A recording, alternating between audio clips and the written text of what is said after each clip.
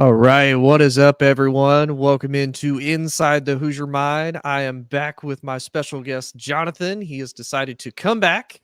And of course, we do have to celebrate because his 49ers are in the divisional round, safe as the 1 seed, taking on the 7th seed Green Bay Packers due to the Dallas Cowboys deciding that they just don't want to play football anymore in the first half of the wild card round. But Jonathan, how are you doing, good sir?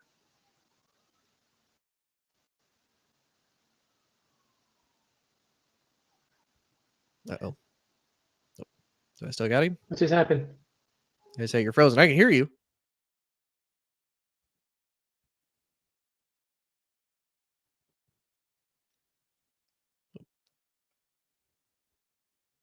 Okay.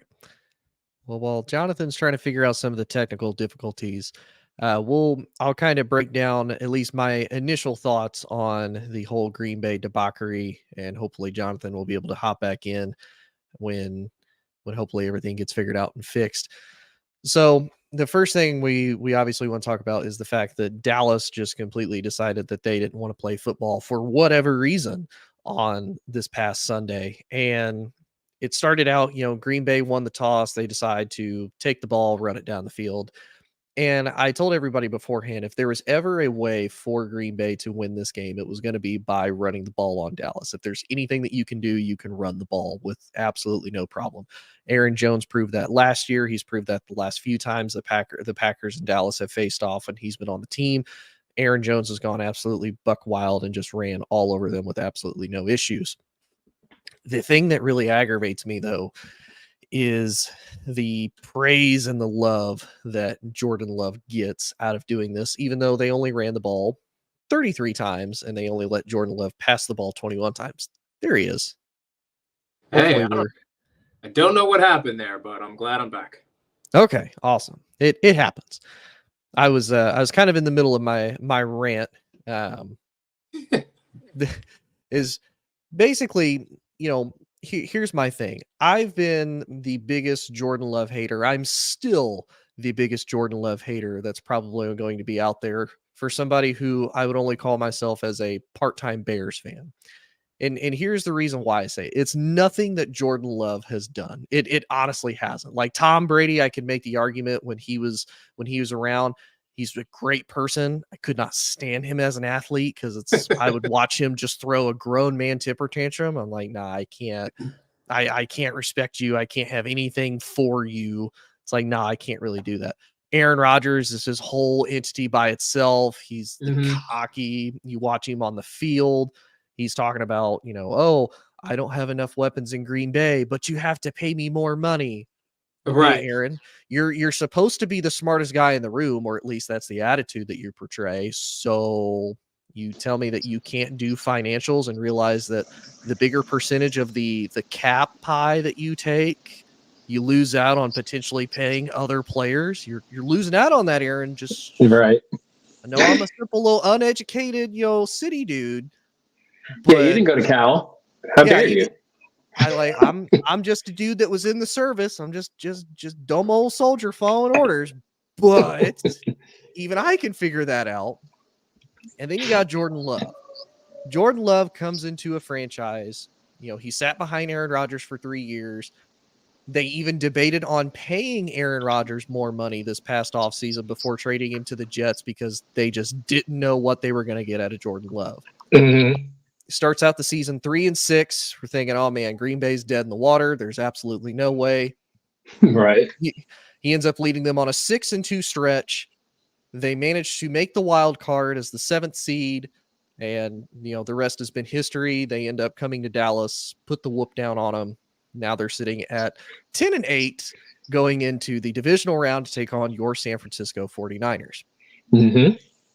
Here's the thing that I'm going to say with Jordan Love, because if I remember seeing the stats right, including this past weekend's games, he's thrown, it's like 18 or 21 touchdowns and 1 interception the last 8 weeks. It's statistically, it's pretty impressive, right?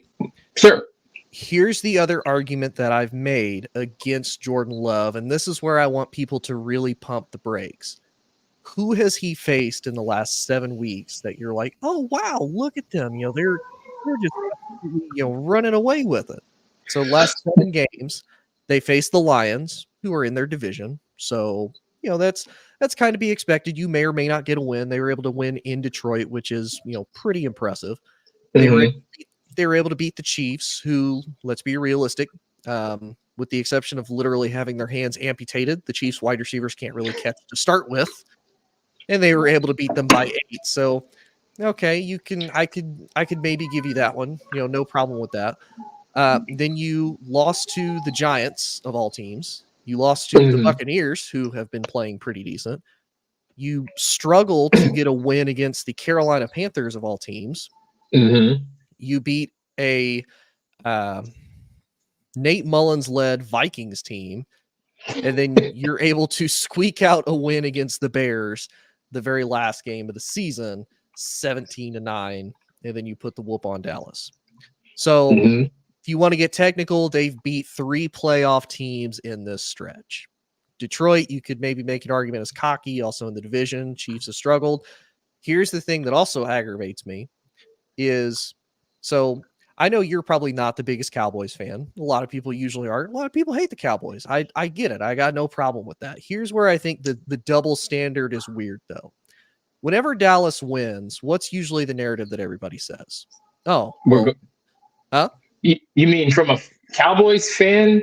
No, from everybody, from everybody else, not from a Cowboys fan perspective.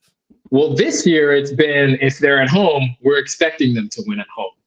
And also this year it's been, is this team above 500 that they faced? If they're not, then they're probably going to win. Right. And usually the narrative is, well, if Dallas beat them, the team probably sucks, right? Right. So exactly. So it's like, okay, well, if Dallas beat them, it sucks. They suck. And then usually the other narrative when Dallas wins, oh, well, Dallas sucks, so it doesn't really matter. But then all of a sudden, whenever Dallas loses, it's, oh, well, Dallas sucks. And I mean, this team got a win against the Cowboys. So to me, it's this weird double standard that people play of they don't consider Dallas a good quality team. But if you beat the Cowboys, not only are you happy if you're a Cowboys hater because they're taking an L, like most people usually are, but now all of a sudden that is a meaningful win, even though it's just against the Cowboys. That's where my double standard just doesn't understand.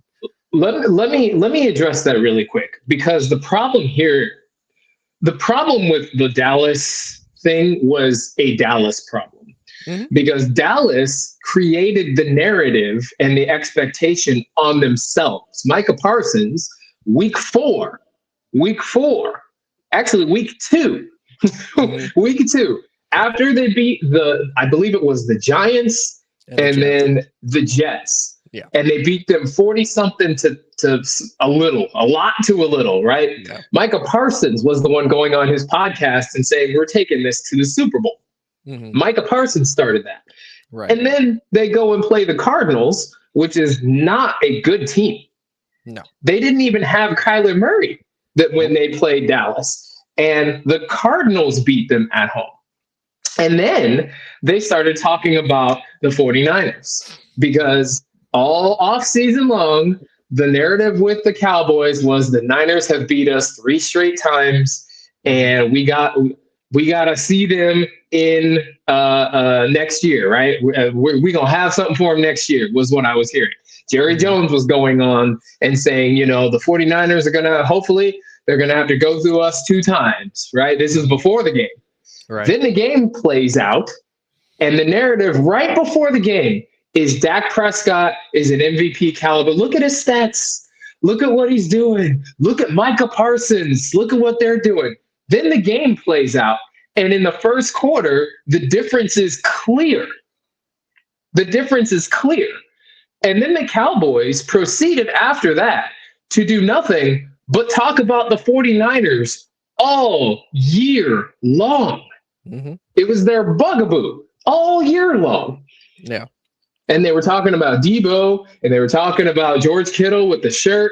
And they were doing all this talking about the 49ers. When the 49ers lost, Micah Parsons was talking about, well, I think we weren't talking about the Cowboys when the 49ers went through that stretch, Micah Parsons on his podcast said, well, I think that they humbled us when they weren't even in the conversation. They humbled us and life humbled them. And what happened after that? The 49ers went on a 7-2 run, undefeated in November. And besides a loss to the Ravens and a game where they played the Rams and didn't play any of the starters, well, they played most of the defensive starters, but we know it's a meaningless game. The thing with the Cowboys was they were focused on something other than winning. Mm-hmm. They were focused on the Niners. They were focused on the Eagles. They were focused on everything else except winning what was in front of them. And it kind of caught up to them. I am willing to bet money that the Cowboys were thinking about the NFC Championship game instead of the Packers. I'm willing to bet money. Yeah, I could see that.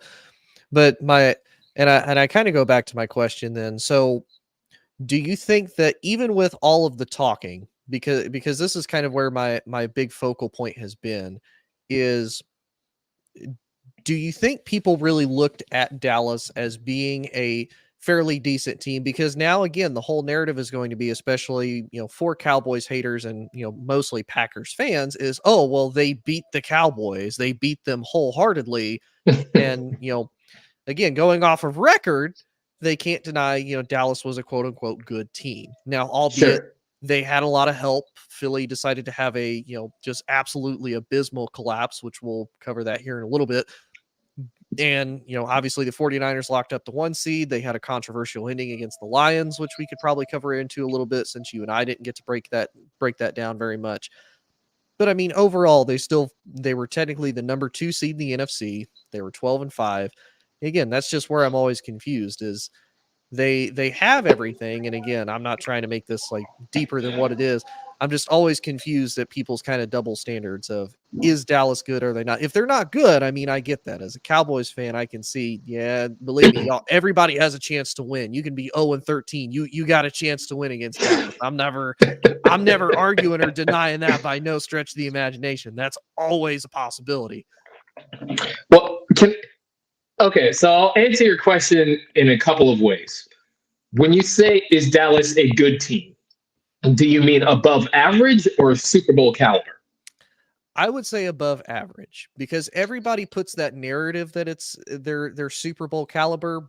But again, until to me, they put more effort into some of these games. Like, again, had they lost to the 49ers, but lost in a closer fashion, I could say, okay, they made it competitive. Like last year's playoffs, right before Brock Purdy got hurt, it was 19-12. It was a close game throughout. Sure. Like, okay, I could kind of make that argument. If they don't get the crap beat out of them by Buffalo 33-10, I could maybe make that argument. What I will say is the Cowboys are an average team. They're not below average. Yeah. And the reason is because there's a couple of reasons here. Number one, the good teams were the division leaders. Yeah. Right? We'll just say the above average teams are the ones that win their division. That's the foundation for above average. Right. San Francisco, Baltimore, Buffalo, Miami was in the mix there. Mm-hmm. Actually, let's break it down even further. The ones that get in on record. Right. Okay, those are above average teams. Right. The ones that are above 500. So that equals the Packers, the Lions, Baltimore, Cleveland, the Steelers, the Dolphins, the Bills, Chiefs, Buccaneers. I'm missing one. Cowboys, 49ers, Niners, and the Rams. Yep. Above average teams. Right. Now, in order to go great, how many of those teams, when you went head to head, did you beat? Yeah, one. And that one was controversial. They did beat 2. They faced the Rams earlier in the season, got a win. So technically they do have 2 wins against them. I don't think Matthew Stafford played that game, if I remember correct. Or maybe it was his first game back. I think it was one of his first games back. But it was his first game back. Yeah. I'll put an asterisk against that one because Matt Stafford had been out. And I'll put an asterisk against the Lions because we all watched the game. Yeah. We know what happened at the end of that. How many did you actually face? Actually, you know what? Because I'm missing one. Philadelphia. Oh yeah, Philly. I did forget about Philly too. Philadelphia. I think we forgot because they collapsed so poorly. So badly. But so how many of those teams, when you played head to head, did you beat? No asterisk, one. With some asterisks, 3. How many did you play? They played the they beat the Seahawks as well. So that's 2. But the Seahawks didn't make it. That's right. They didn't go in the playoffs. Yeah. So you played the Niners, lost bad. Really bad. You played the Dolphins, which you should have won that game if you're the Cowboys. The Dolphins is a game you should have won. Yep. And I think if it was in Dallas, they probably would have won. But I think that I think if like I've said before, if Mike McCarthy just plays Madden for like 5 days straight, he could figure out, oh hey, you've got 3 minutes left, should probably try to run the ball and eat some more clock and not play zone coverage so they can just march down the field with just no So you lost to the Niners, you lost to the Dolphins, you got beat bad by the Bills. Yep. Granted, it was in Buffalo. It's a tough place to play for anybody. Mm-hmm. You beat the Lions, you beat the Rams, and you beat Philadelphia. Philadelphia would be the one that I would say, if we're going to use the criteria, that's a division game. Those ones go either way. It doesn't matter if the team is at the bottom of the barrel, the division games go either way. So now we're taking that one away as a quality win because it happens twice a year. Yep. So now we've got 2 wins out of 6. Yeah, 33%. Against above average teams. Yeah. So we can't really say the Cowboys are above average when that is the criteria. And then the other thing is above average teams tend to play well or at least decent on the road. Yeah. Dallas's record was, I believe, 3-5 on the road. Yep. That's not going to, that's because if you're going to have the number 2 seed, that means you're going to have to go on the road at some point. At least for the NFC Championship, barring the number 1 seed getting upset. Yeah, you're eventually going to have to go on the road. So we got excited about the Cowboys, or Cowboys fans, I should say, got excited about the Cowboys because you were beating up on the state of New York, Philly when they were in the middle of their collapse post Niners. Yeah. And then the Commanders you beat bad, the Panthers, but you struggled for the first 3 quarters against the Panthers. Yeah. And the wins that you have are controversial besides Philly. Yeah. It's hard to say that team is above average. That being said, I did not expect them to lose to Green Bay at home. Yeah, I didn't either. That's another glaring blemish because they didn't just lose. I mean, I know the score was 32-40 something. The score with 6 minutes left was 42-16. Yeah. Totality of it, the Cowboys were not a good team this year. Yeah. They weren't the worst team. They weren't one of the worst teams this year, but they were not one of the good teams this year. No. Now I do want your thought because obviously I kind of went off as far as not having faith in Jordan Love. Statistically, he didn't have a bad season, and again, to me, it's not just that I don't like Jordan Love. To me, they're setting the kid up for tremendous failure. And I say that because I look at it similarly to how celebrities' kids are compared to their parents. You know, you look at Michael Jordan and how his sons did not pan out in the NBA at all. And it's okay, well, you have to try to live up to your dad's legacy of at minimum 6 championships. Otherwise, you're a failure. Same with, unfortunately, I feel Bronny is going to end up in the same boat at USC, having to follow his dad's footsteps of LeBron James. If Bronny doesn't even remotely come to the same standards as dad, he's already set up for failure. Sure. I feel Love is in the same boat with having to follow Favre's footsteps, having to follow Rodgers' footsteps immediately after of, hey, you have to do good. You sat behind Rodgers for 3 years. They're potentially going to have to pay you money because you're their only long-term starting option at the current moment. and they're trying to do all of these different comparisons for him. And I'm like, pump the brakes. Don't put him on that, because realistically, this is his rookie year. Yes, he's been in 3 years, but this is his first year starting. Yes, and here's the thing about Jordan Love, because I looked at the statistics, because all day long today I've heard about how the Packers have a shot in this game this weekend, and I suppose they have a shot. Every team in the playoffs has a shot, but so I did a column analysis, right? Mm-hmm. And I took the 49ers and the Packers, and I know that we're talking about Jordan Love, but looking at his statistics, he threw 32 touchdowns, 11 picks. This is just regular season. Yep. 4,100 plus yards. Mm-hmm. And versus Brock Purdy, who threw 32 touchdowns, 11 picks, 42-80. I'm sorry, 33 touchdowns, 11 picks, 42-80. Mm-hmm. So the numbers look similar, and it was a little bit closer than I thought until I looked at the passing attempts, where Brock Purdy is 444, Jordan Love is 579. And then I looked at the record. I was like, okay, the kid's playing good now. How has he played all season? Because I haven't followed the Packers. Mm-hmm. Tony, their wins have come against the Bears, the Saints, the Rams without Matt Stafford, the Chargers. The Lions is a quality one. The Chiefs is a controversial one. The Panthers, the Vikings with no quarterback, and the Bears again. Yep. And then obviously Dallas. The reason why we're getting so excited is because of the Dallas win. Mm-hmm. Jordan Love does not have a shot this weekend, and it's not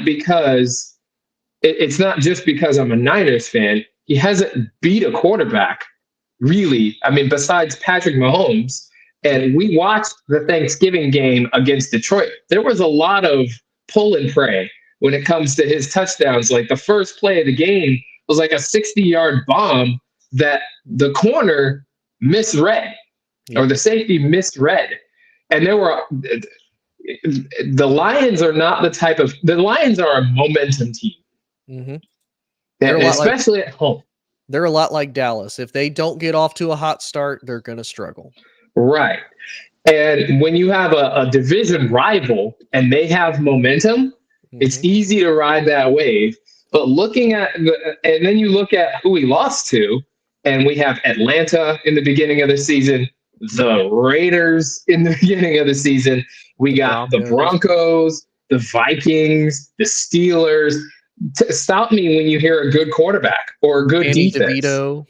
Danny DeVito, Baker, and then Baker.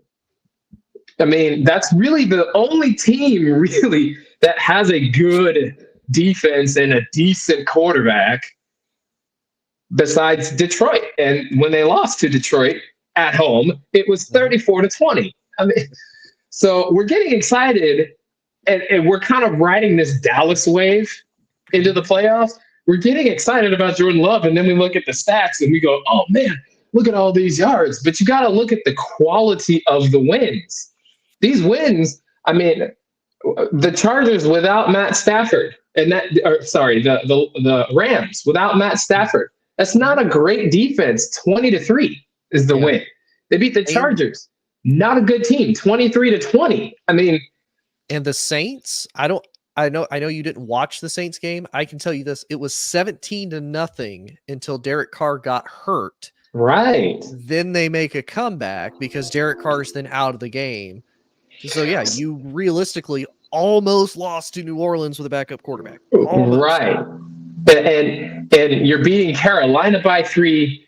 Minnesota didn't have a quarterback when you played them the second time. And then the Bears, you won a 17 and not like you beat the Cowboys imploded on themselves. They imploded on themselves. And then Dak started to press because he started to feel the pressure, and you won the game.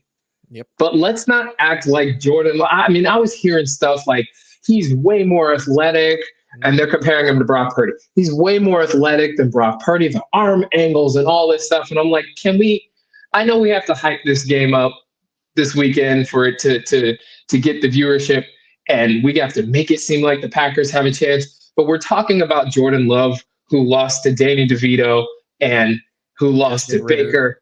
and Desmond Ridder. And I don't think Mason Rudolph was even playing. I think was it Kenny Pickett that he lost to. Kenny, yeah. I mean, let's be serious. Let's be real. It's a fun story. Jordan Love is definitely overachieved recently, better than we thought he was going to. But this guy is not the next Aaron Rodgers. And next year we're going to see that. Now I actually predict that he's going to play. Actually, no, because this is now his fourth year in the system. Year. Yep. Well, and that was the argument I've made, and of course I get told I'm blinded by hate. My other argument was everybody else is just blinded by their hate for the Cowboys, which is why they have big hard goo eyes for Love. Here's what I told people. I did the same thing. I broke it down. I'm like, they don't have any quality wins against people. The wins that they have are against bad teams, bad quarterbacks. And you only went 9-8 when you look at the entire schedule of how everybody played this year. That's a pretty easy schedule as compared to next year. So I'm going to tell you the opponents that they have to face next year. And honestly, the schedule is so much tougher for them. So obviously they face the Bears twice, the Lions twice, and the Vikings twice because they're in the division. Right. Outside of the division, they have to take on the entire NFC West. So the Cardinals, the 49ers, the Rams, and the Seahawks. The Rams or Seahawks are on the road. They host San Francisco and Arizona. They also have to face the entire AFC South, which, albeit nobody was really turning heads in the AFC South, but they had potentially at one point 3 playoff potential teams in the Texans, Colts, and the Jags. You have the Titans that are going to be rebuilding, so that one you could maybe mark off. You have to take on the Saints in Lambeau again. You have to host Miami, which if it's regular season Miami, that's not an easy win. Yeah, depending on where it is. At Miami doesn't play good in cold weather.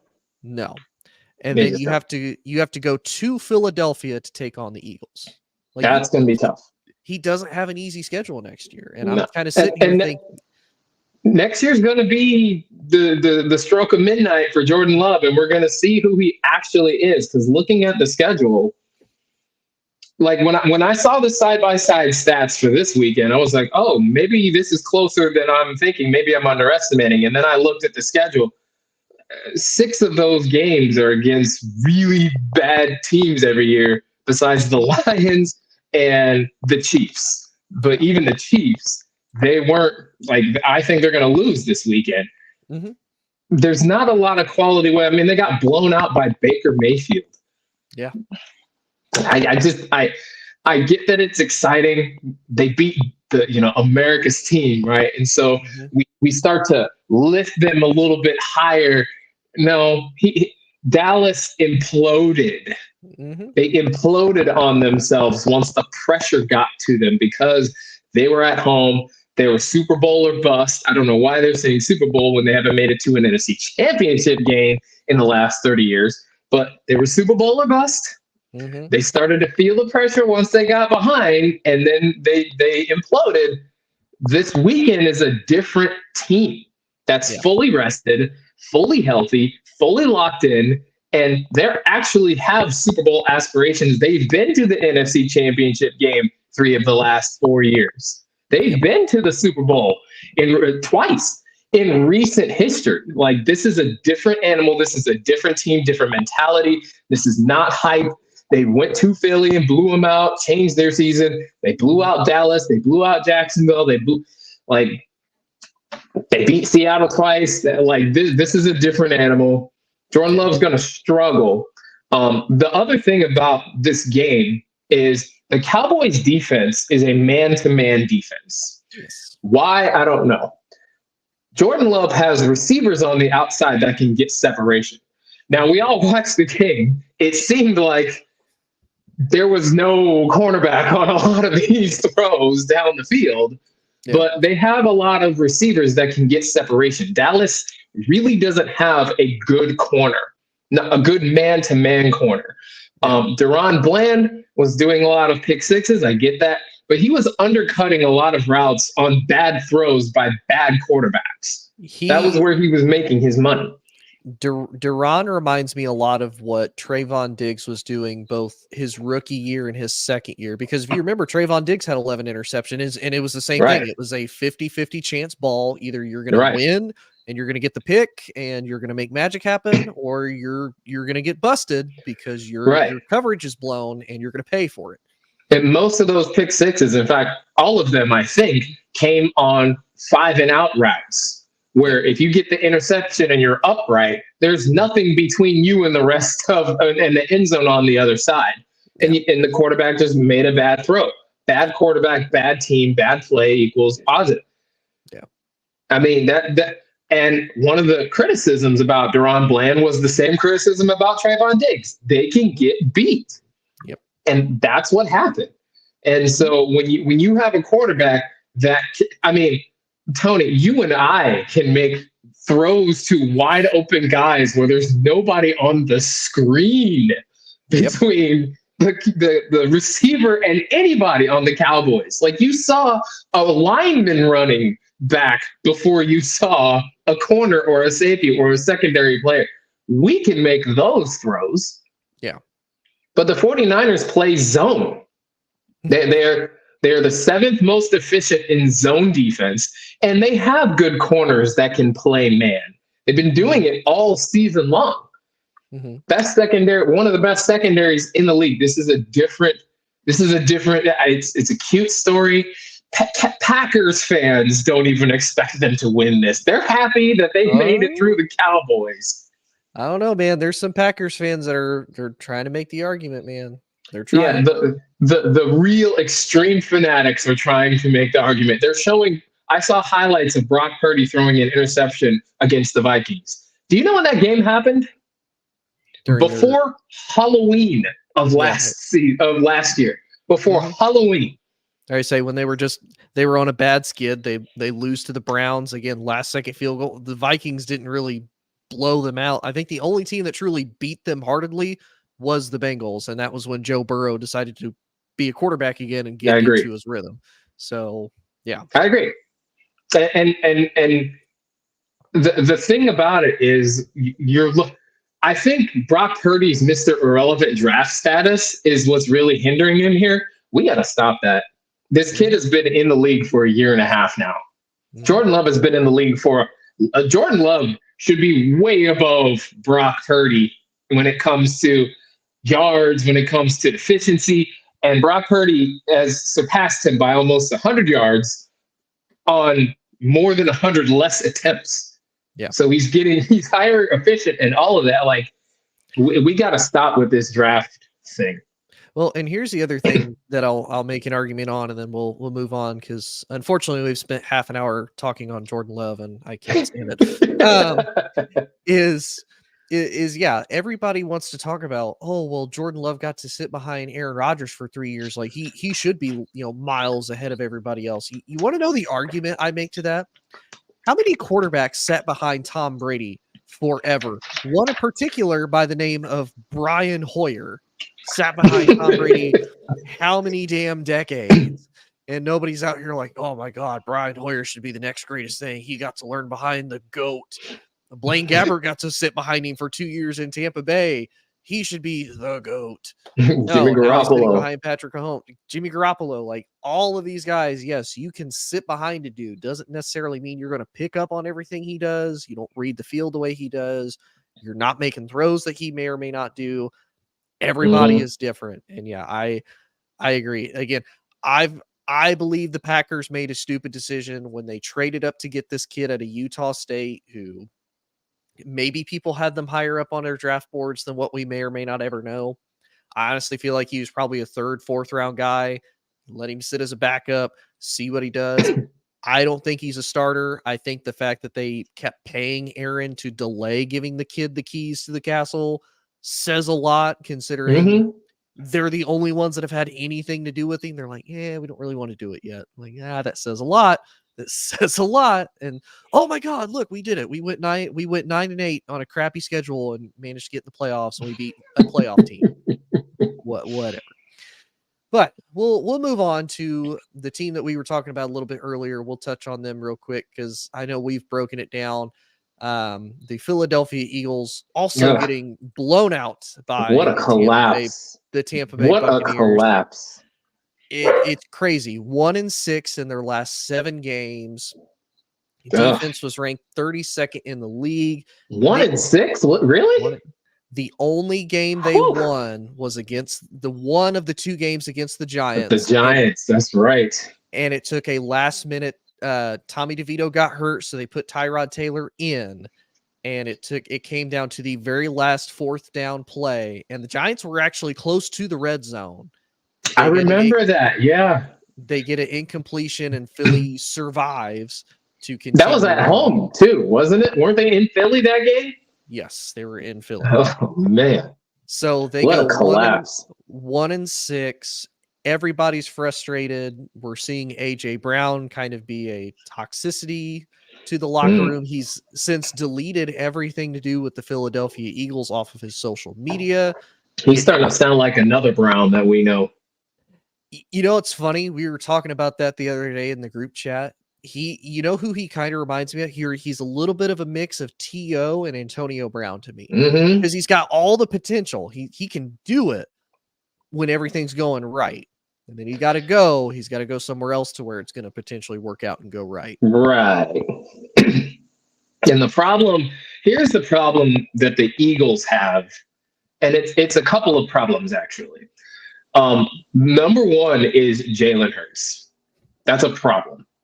It's a problem because I don't know if he was injured this year or the brain drain of Shane Steichen leaving was actually worse than what they thought.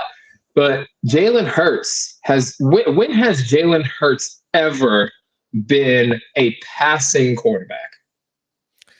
He was a little at Oklahoma because he was in Lincoln Riley's system, which is more pass heavy. Right. A little. That's the only time. Yeah. College in the Big 12 where you have to pass. Yeah. Other than that, his first year in the league, not good. The second year, he had an offensive coordinator, and they were a run-heavy team last year. If you remember, they had Miles Sanders, they had Kenneth Gainwell, they had Byron Scott, and Jalen Hurts. They weren't doing this tush-push stuff yet. Like, that was their team. Very run-heavy team. Yep. This year, they lose Miles Sanders because he made it to a Super Bowl. He wants his bread now. And they get DeAndre Swift. And for some reason, after the Niners game, they stopped running. Just stopped completely. Not not to anybody. Not to DeAndre, not to Kenneth, not to they even got Rashad Penny. Nobody. Nobody. Not even Hurts ran. They tried to do a passing offense, but their offense is not built for that. Their offense, it's kind of like the Jimmy Garoppolo-led Niners, where it was run heavy, defense heavy, set up the play action pass, right?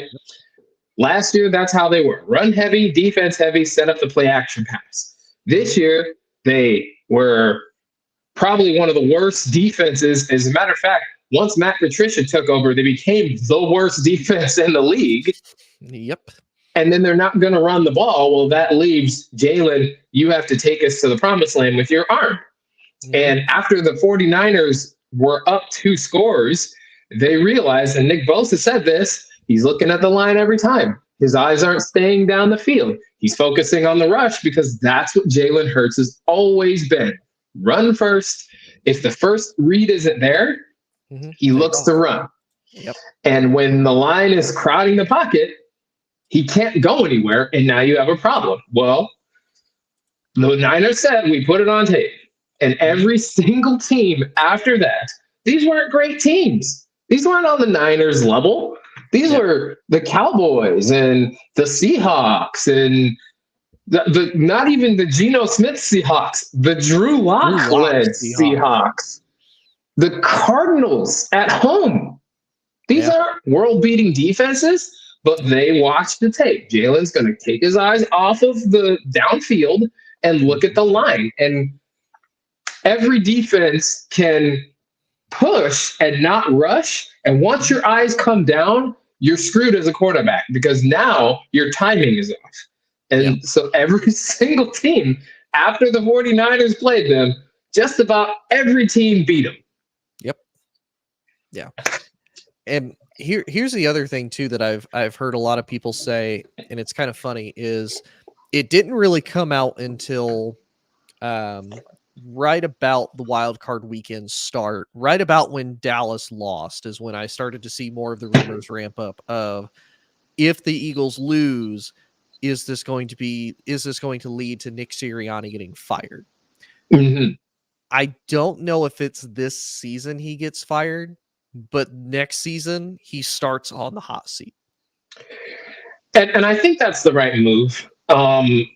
This collapse this is a cataclysmic collapse. This was, I haven't seen the likes of a collapse like this with no injury. Like, they really didn't get injured. No. I mean, Dallas Goedert went out. Was pretty healthy. Yeah. Goddard was out for a little bit, but came back. Smith was there pretty constantly. Yeah. Brown, with the exception of last weekend, was there constantly. I mean, that's a full gambit of weapons, Super Bowl caliber weapons, because they made it, the same offense made it there last year, with the exception of DeAndre Swift. And I'd argue that's an upgrade with running back. And you lose to, like, the Niners is excusable. Yeah. Blowout, okay, but excusable. They were 10-1 at the time, I think. Yes. Then you go and you lose. You beat Dallas once. You lose to Dallas. You lose to the Giants. You beat the Giants. You lose to the Cardinals. You lose to the Seahawks. These are not playoff teams. They're not even playoff teams. Nope. So I do believe, and Philly's not a place that's going to accept mediocrity. No. When you get into these higher echelon jobs, it's like Pittsburgh, even though. No, I would say it's like Pittsburgh. Very blue collar, in your face. If you don't get the job done, you're out. Yep. And they'll let you know super quickly. Yeah. They'll let winning coaches go. I think it's the right move to put Sirianni on the hot seat. Do I think it's fair? No. But with a collapse, the one that we saw this season, you can't really blame the owners for saying, hey, we need some results, because they gave you the exact same team. Yep. They gave you an upgraded version of the team, and you're losing to the Cardinals. I believe the Cardinals lost, if I remember correctly, they were up 21-6 at halftime. Yep. It was funny because even the commentators pointed out the Cardinals were outplaying them. The only reason they were really up was they ended up getting a pick six on Kyler Murray. It was like 99 yards all the way back to the house. And that's what really put them up. But then after that, Arizona said, okay, give us a second. We'll come back. We'll win the game. Don't worry. That's inexcusable. And then the Giants game, the last game of the season, they played everybody. They were down 24-0. Yep. And still playing everybody. That's when A.J. Brown got hurt. Jalen Hurts dislocated his middle finger on his throwing hand. He didn't even throw the ball all last week. Right. Like, wait a minute. Your quarterback isn't going to throw the ball when you should probably figure out if he's okay to do that or not. And the other thing, too, is when you watch the wild card game, Tony, the Buccaneers dropped 2 touchdowns. Yep. Mike Evans, the dude who never drops balls, dropped 2 touchdown passes. Mm-hmm. And the Eagles still got blown out. Yep. So it should have been worse, as a matter of fact. It should have been worse than the score. They didn't even it's not fair. I would understand if Philly let him go. Obviously, he lost the locker room. Obviously, Sirianni lost the locker room. It's inexcusable, and I feel really bad for Jason Kelce, because obviously you could tell at the end of the game he's like, I'm done, and it sucks. That's how he has to go out. Unfortunately, is through that. But I mean, it's one of those when you kind of look at all the signs. He and Travis have set up the podcast that has gained a ton of notoriety. He's really good at it. He's going to have a great post-football career. So he's already setting himself up. It's just one of those, dang, this is how you end it. You don't even end it in a close game. It's just a blowout. Yeah, Mhm. I think Sirianni lost the locker room. Another name actually that somebody brought up, and then when I looked at it, it made a lot of sense. It's not even Steichen from the offense or Gannon from the defense. It's actually their defensive back coach, Denard Wilson. And the reason why I say that is because when he was their defensive back coach last year, they were number 1 against the pass. Now they're all the way down to 32. You want to know what Baltimore was against the pass this year? They were 4th against the pass. So that says a lot too, because you would think, okay, offense can't get it done. You look at who they have on defense. They have Jordan Davis. They've got Jalen Carter. They've got Brandon Graham, Fletcher Cox, Darius Slay. They've got all of these big names. Bradbury. I don't count Bradbury. Bradbury's a bust. I remember him on the Giants, and then they sign him, and he has, I think, 1 or 2 good seasons. Oh, Bradbury's Debo was back. right. Debo was right. That's all I'll say about him. It's like whenever I hear people say that about Bradbury, I'm like, there's a reason why I get him and Eli Apple confused all the time. They're just burnt toast, just absolutely burnt toast constantly.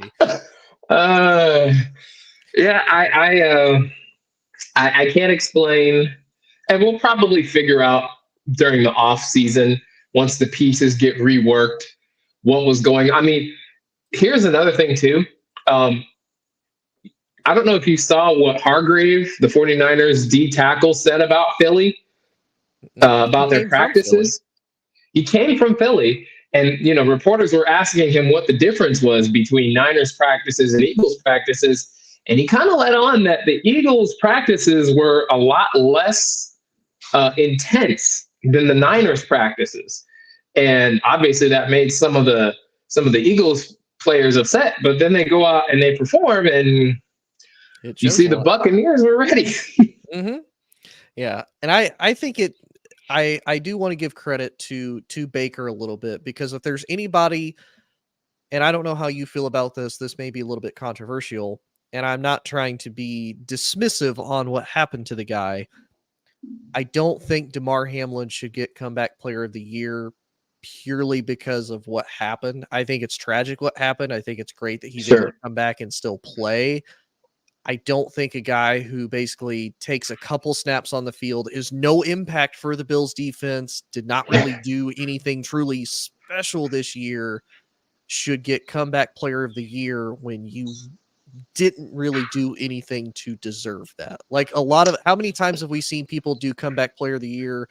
They're coming back from like an ACL, tear. They've blown out their knee. They've, broke their arm, broke their hand, something that's Alex truly Smith devastating. Alex Smith with his leg. Like, yes, it's unfortunate of what happened to you on the field. And, I'm happy that you've come back, you're still able to play, and you're still with us. Like, Baker Mayfield is now on his 4th team in 6 years. He took the Bucs to 9-8, which nobody expected them to be at. Everybody expected the Bucs to also be dead in the water. I know a lot of people want to make the argument for Joe Flacco the last few weeks. I'm like, no, dude, no, I wouldn't really put Joe Flacco in that. You could maybe, if he had played longer, you could. If he had played longer, you could. Yeah. But I feel like if there's anybody who really should, I feel like it's Baker.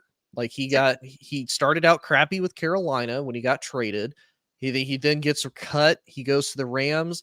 It's like he kind of has a career rejuvenation because he has a decent head coach finally who works with him, is able to get him kind of back into where he needs to go. He goes to Tampa, making the absolute bare minimum, and takes them all the way to the divisional round to face against the Lions. So, I mean, I kind of want to give Baker a little bit of his credit where credit is due. He's done a lot better than what people have expected. Can I throw another name in? Sure. And this might be a little bit of a bias. Brock Purdy. Yeah. Coming off. How about you go to the NFC Championship game and you have one of the most devastating elbow injuries people can have. You spend, especially for a quarterback or a pitcher, spend the whole off season rehabbing, come back in less time than you're supposed to, and you lead your team to the number 1 seed. You're in the MVP conversation for up to about 14 weeks. Yep. He led the league in QBR, and he's still recovering. Yeah. Yeah. I mean, because the argument against Baker is you're in the worst division in football. That's true. And you were 9-8. That's the argument against Baker. That's true. But like, if we're talking comeback, you had an impact on your team all year. And maybe he's not MVP because he lost to the Ravens, but I could make an argument he could be comeback player of the year. I mean, he certainly proved he is the guy at quarterback in San Francisco. And I don't know how many UCL injuries people come back and play better than they played before the injury coming back. So yeah, no, I mean, I agree with you. I could very easily make that argument. Let's move on though, because I wanted to get your take, because I didn't get a chance to talk about it as much, into the college football world, where everything I feel like has just gone topsy-turvy. Nothing is what it used to be. Nothing is the same. It's the Wild West in college football. we have Michigan winning the national title. We have, Harbaugh potentially coming back into the NFL. The funny thing that I want to throw out there real quick, I don't know if you heard this or not. Harbaugh is petitioning to Michigan that if he comes back and signs a contract with them, he wants full immunity from the NCAA of any wrongdoings that he may or may not have done with the whole sign stealing scandal and whatnot. And I'm just like, Michigan can't really put that in your contract, buddy. They don't have any control over your NCAA potential impunitive punishments. If you know what that tells me though, Harbaugh's coming back to Michigan. He's not coming to the NFL. Why would you even suggest that if you were just going to leave? I don't think he is, and I say it because he's flirted so much, and I think that's always been kind of his driving forces to go back into the NFL. I think he wanted to come back to college after the whole San Francisco debauchery. Obviously, you know better than I do. I watched a lot of those games. He can't get it with San Francisco, so he leaves to his old alma mater, Michigan. Okay, I can fix Michigan back up and make them where it at. Took him a really long time to do, because then he started to get on the hot seat. Hey, you're not beating Ohio State. You're not beating Michigan State. We're basically right where we're sitting at in the Big Ten as usual. You need to start doing this, or you're going to get fired, and you're not going to be the golden boy of the Michigan Wolverines anymore. Gets it into high gear, finally is able to, get them a national title this year. I think he does flirt with it, because I think probably the two teams that I believe would be the most interested in him, as far as either they're in a spot where they could get a potential quarterback and make it work, or they already have one and they could make it work, is the Chargers and the Raiders. Those and if I'm the Chargers, and Harbaugh has any indication at all that he wants to come to the NFL, I'm giving him whatever he wants. They already to get him in the building. They interviewed him. Whatever he wants. Because the Chargers on paper have everything you need to be a Super Bowl team. Yep. Great. At least tackle. AFC Championship team. Great left tackle. Good quarterback. I think the wide receiver room needs a little bit of tweaking. Nothing against Keenan Allen, but Keenan Allen's getting older. He's been there for a while. I think Williams hasn't really lived up to the potential, and Quentin Johnson he did not have a good season this year at all. Well, Mike Williams got hurt. That's why he didn't live up to it this year. But last year, Mike Williams was brilliant, and Keenan Allen was also brilliant. They've got a good running back. Their defense, they got Joey Bosa. And don't they have Khalil Mack? Who else is that? They have a great defense. They have all the pieces there. They just need a coach who can bring it all together. And if there is ever a coach who has had a track record that he can bring any program together, it is Jim Harbaugh. If I'm the Chargers, you're going full on for Jim Harbaugh. As a matter of fact, nobody else is on the list. It's Harbaugh or bust. If I'm the Chargers, we will hire Kellen Moore take it just that way. Or Harbaugh. No Belichick, no Sirianni. Like, if you're the Chargers, you have to make this happen. Oof, I don't know. I don't know if I'd hire. Oof. I don't know if I'd hire Moore as my head coach because he didn't He's really do already in the anything for them building. offensively either. He's already in the building and he knows the system. He That's does. why. I will That's say why. though, if I'm the Chargers, and I say this as a Cowboys fan, yes, he was prolific with the weapons that Dallas had. However, what did it get Dallas when he was there? They would struggle against good defenses like the 49ers. He would abandon the run super quickly, which So I think that's more of a Dak problem than an offensive coordinator problem. And the reason I say that is because we've seen Dak do it with multiple different coordinators and coaches. Yeah. I would say it's a little bit of both. Because if you look at Dak's number, Dak had fantastic numbers with Moore, and that wasn't even just garbage time stats. Like they were putting big numbers up on, again, bad teams, Right. albeit. But again, that does, to me, it says a lot because, like we talked about with Jalen Hurts, a coordinator can make or break you. I mean, look at Frank Reich with Carson Wentz. Carson Wentz had some of his best years with Frank Reich. He leaves. Right. Carson Wentz is a shell of his former self. May or may not be back with Sean McVay. We'll see how next season goes. But I mean, the thing about it too is Brandon Staley obviously had lost the locker room. Yes. And so if you give control to Kellen Moore, at the very least, Kellen Moore has a track record of success. Brandon Staley never did. Jim Harbaugh, track record of success. Who else that's on the market right now? I mean, maybe I can make an argument for Mike Vrabel, maybe, but who else is an option? The only two that I would even consider, and I could maybe make an argument for Mike Vrabel, but even then I'm kind of against that. The only two I would even remotely consider is Harbaugh or Belichick. And I say that to dismiss Moore because how many times have we seen coordinators leave a place, or in Kellen's example, he would stay there and become head coach. A lot of times people are good at being coordinators, but they suck at being head coaches. We've never seen Kellen Moore be a head coach. We don't really know what to expect. Like you said, you know what you're going to get out of Harbaugh. He has a successful track record. You know he can make it work. Bill, albeit we can make the argument, got carried by Brady for 20 years, has had some type of success before, and you know he can do what he needs to do. I don't know what I'm getting out of Kellen other than what we're going to see offensively.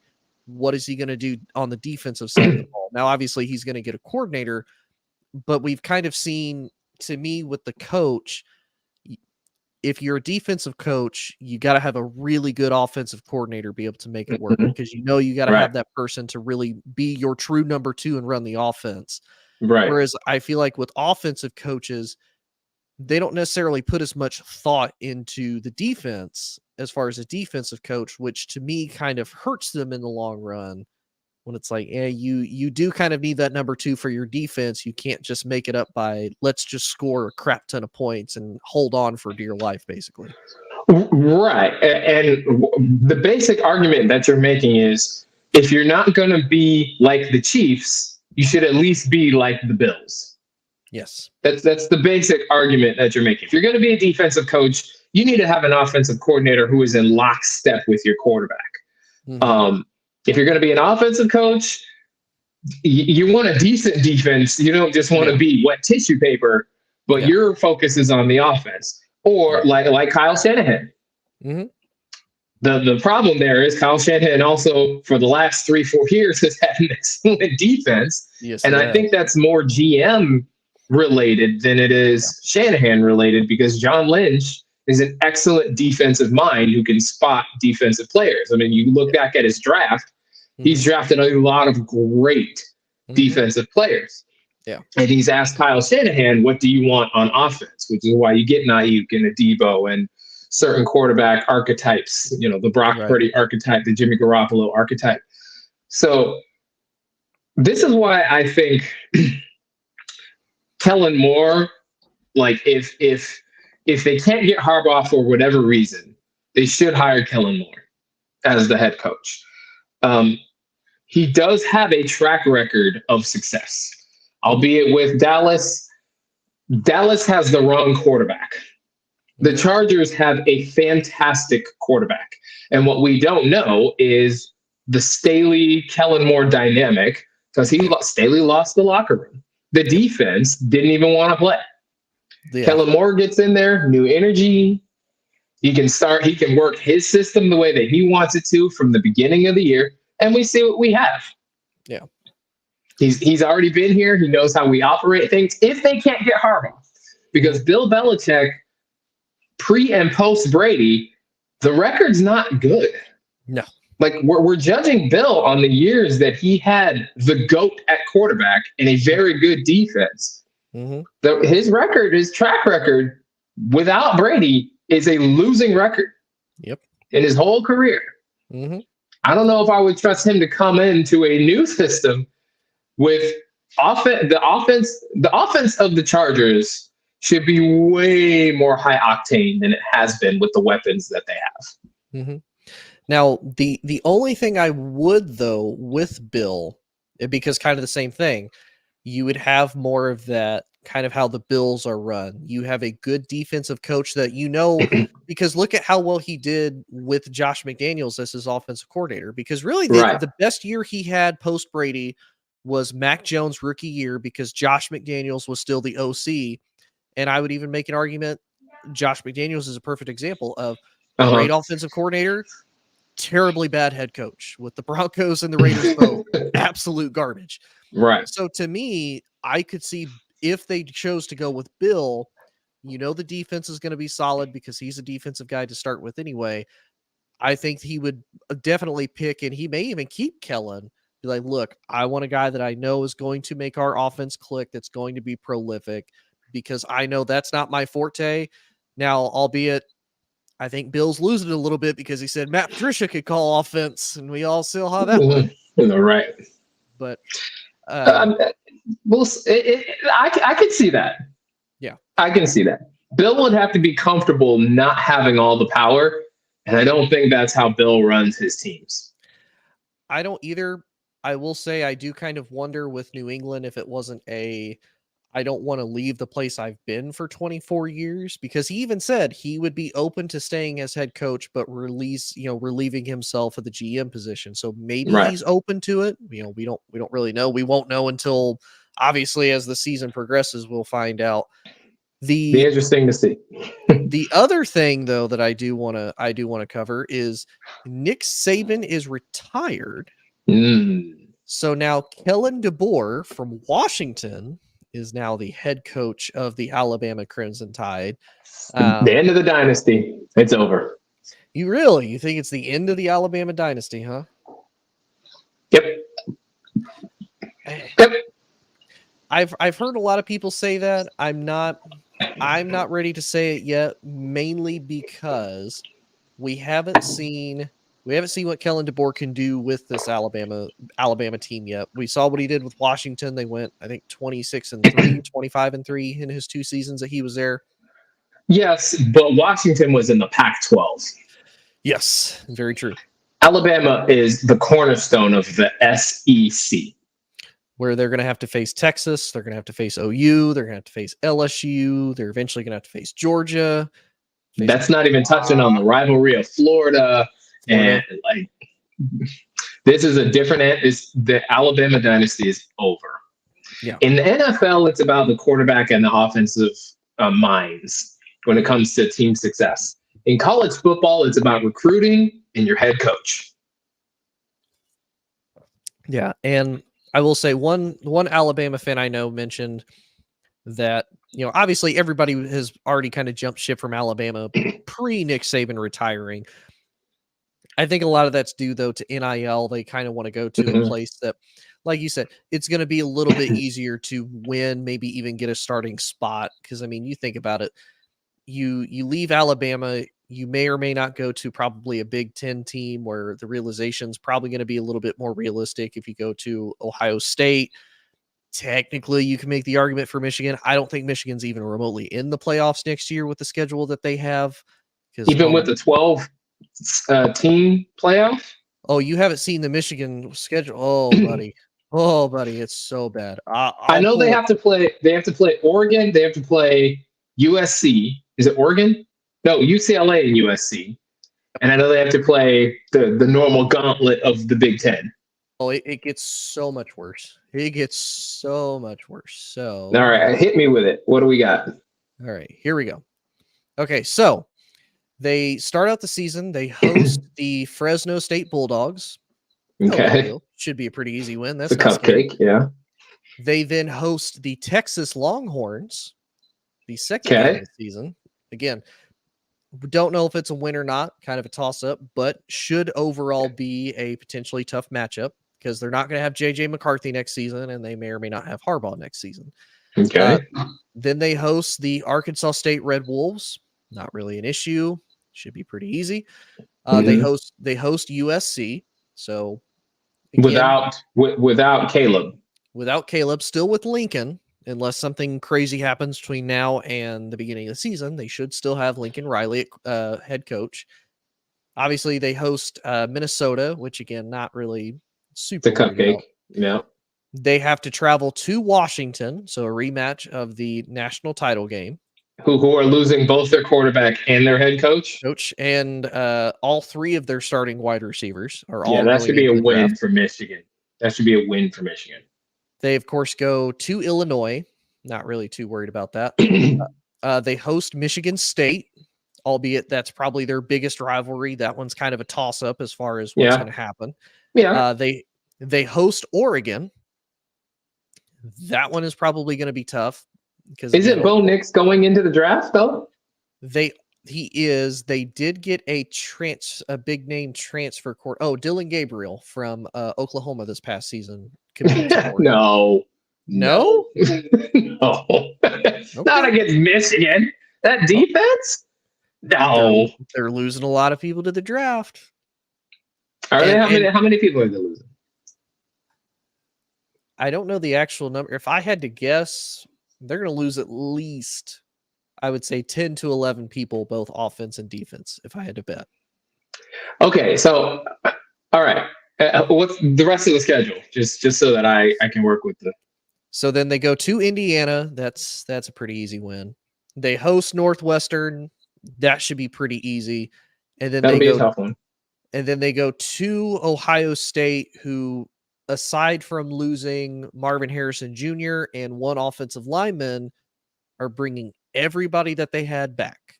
And the quarterback. They've got Will Howard from Kansas State and supposed to be a pretty good incoming freshman as well. Okay, and then that's it. That's it. That's the end of their schedule. I mean, besides Ohio State, I don't. Now it's going to depend on if Harbaugh stays or not. If Harbaugh stays in Michigan, they should be right back in the playoff.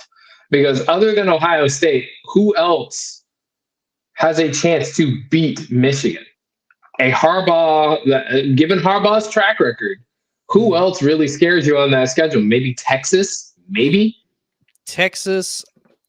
I will say Oregon a little bit. And I only say they don't have a quarterback. Dylan Gabriel's not bad.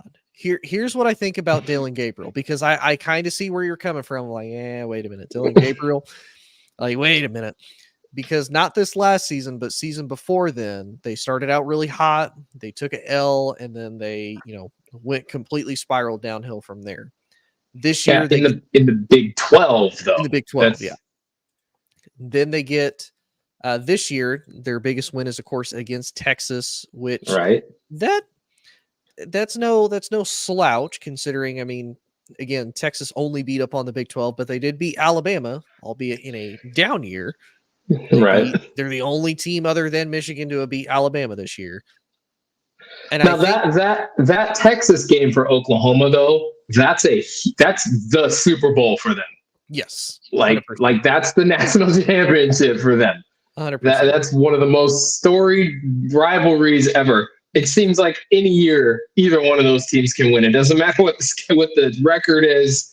Seems like every year that one's a toss-up. Yeah. Now, the other thing I will say is I give it to Oregon because of Dan Lanning being the coach. And I say that because the last 2 seasons, he's gone 22-5 with Oregon. Now, again, albeit in the Pac-12. So, I mean, aside from this year, the Pac-12 This year, the Pac-12 is really, really good. Yeah. Last couple of years, not so much. They lost by 3 points each time they faced Washington. Obviously, they beat the snot out of Liberty in the bowl game, so we're not really going to count that. Mm-hmm. And then really, they lost to the year they went 10-3, Dan Lanning's first year. They got destroyed by the eventual champion Georgia Bulldogs, which everybody kind of expected because Georgia had a tremendously good defense. Right. They lost to Washington again by 3. And then they lose the Civil War with at the Oregon State Beavers. So I mean, this has been a decent Oregon team that's talented, and I think that Dan Lanning has them playing more like an SEC team than a traditional Pac-12 or now a Big Ten team would. I want to push back on one thing because Oregon struggled with defense. They were very high octane. Oregon's always been extremely high octane offense. I mean, they'll score in 7 seconds. Yeah. And then their defense can ride that momentum and score again. This goes all the way back to Marcus Mariota when he used to play. And they've always been that sort of a team. Michigan, or really all of Harbaugh's teams, have stressed what more than anything else? Defense, intensity, toughness. Everywhere he's gone, that is the culture that he's established. Defense and offense doesn't have to be high octane. It just has to be efficient. You got to have a good running back. Your quarterback has to make no mistakes. That has been Harbaugh's DNA from the very beginning. Every now and again, he'll get a good call, Colin Kaepernick or an Andrew Luck. But you look at all his running backs, those have been the standouts. Christian McCaffrey. What was the kid's name this year at Michigan? Barron or Corum. Blake Corum. Frank Gore when he coached the Niners. That was the highlight of the team. Oregon, if they're the thing that stops high octane offenses is a stingy defense. So if they have to go to Michigan and they're playing in the big house against a Harbaugh staunch defense, I think Oregon and Dylan Gabriel is supposed to lead them in that environment and beat Michigan. I don't think they got the guy to do that. I'll say this. So this is Dylan Gabriel's stats his entire collegiate career. So from 2019 when he first started to 2023. In 2019, 3,600, little over 3,600 yards, 29 touchdowns, 7 picks. 2020, just under 3,600 yards, 32 touchdowns, 4 picks. He got hurt in 2021, only threw 814 yards, 9 touchdowns, 3 picks. Last 2 years with Oklahoma and Brent Venables as a coach, who I'm not going to lie, I don't know if I'm sold on him as a head coach or not, just because of like Oklahoma's collapses that they've had. Right. Last 2 years, last year he just under 3,200 yards, 25 picks, 25 touchdowns, 6 picks. This year, over 3,600 yards, just under 3,700 yards, 30 touchdowns and 6 interceptions. So I mean, he's been consistent. Yes, okay. And the thing I will say though about the whole collapse thing, this 12-team playoff should stop a lot of that. Because when it's only 4 teams, you lose one game, the season's over. And it's easy to kind of go on cruise control because we're going for a national championship. We can't do that. I don't care about the bowl game. I'm going into the NFL. I'm not going to get hurt out here. Now you got a 12-team playoff. Now it's, okay, we lost the game. We can still get in. And it's more of the NFL type archetype. The Big 12 has never been good at what? I say they've never been good at defense. They've been great at offense. They've been terrible at defense. Never, ever been good at defense. The Big 10 has been always good at what? Defense. That's all I'm saying.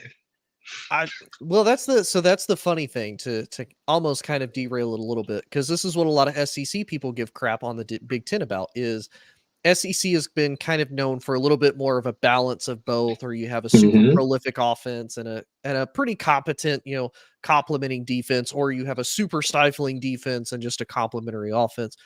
The Big Ten has kind of been one or the other. You look at Ohio State, 2021 with CJ Stroud. Super prolific offense. That defense, absolutely terrible. Trash. Kind of the same with Michigan. Great defense, offense, a little bit of question mark. And honestly, even this year with the national championship, and it's funny. I've seen a lot more of the Michigan fanatics because me being an LSU fan, I laugh at how many times I've seen that the 2023-2024 Michigan national championship team would run routes, run circles all over the 2019 LSU team. And I'm like, okay. The Joe Burrow team? The Joe Burrow, the Jamar Chase, no. Justin Jefferson, No. Blair, No. Terrence Marshall Jr., Thaddeus Moss. I'm like, yeah, you okay. Michigan would have gotten blown out by 30 points against that team. Somebody commented, and I absolutely loved it. He goes, that game would be 65-3 LSU, and I'm not even joking. I was like, yeah, that would probably be pretty accurate. Easy. That would easily 65-3. Yeah. Man, the people forget how good that team really was. And the depth, how many players went first round, how many players are stars in the NFL. Yeah. That team was really, really good. The only one that has been a bust that I've seen that went first round at least was Clyde Edwards-Helaire. Like, he's been the only bust. And I don't know if that's Super Bowl. Kansas. He did, but it's never been like you notice Kansas City didn't really even use him that much this year. It's been mainly Isaiah Pacheco, and that's been the last 2 seasons. They didn't really use this year as much. But uh-oh. Did I lose? There we go. You're muted, buddy. I can't hear you.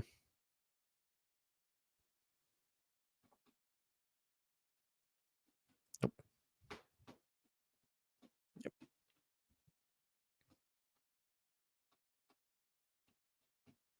Nope. Still can't hear you, buddy. Okay. Well, while he's having technical difficulties, he'll be back.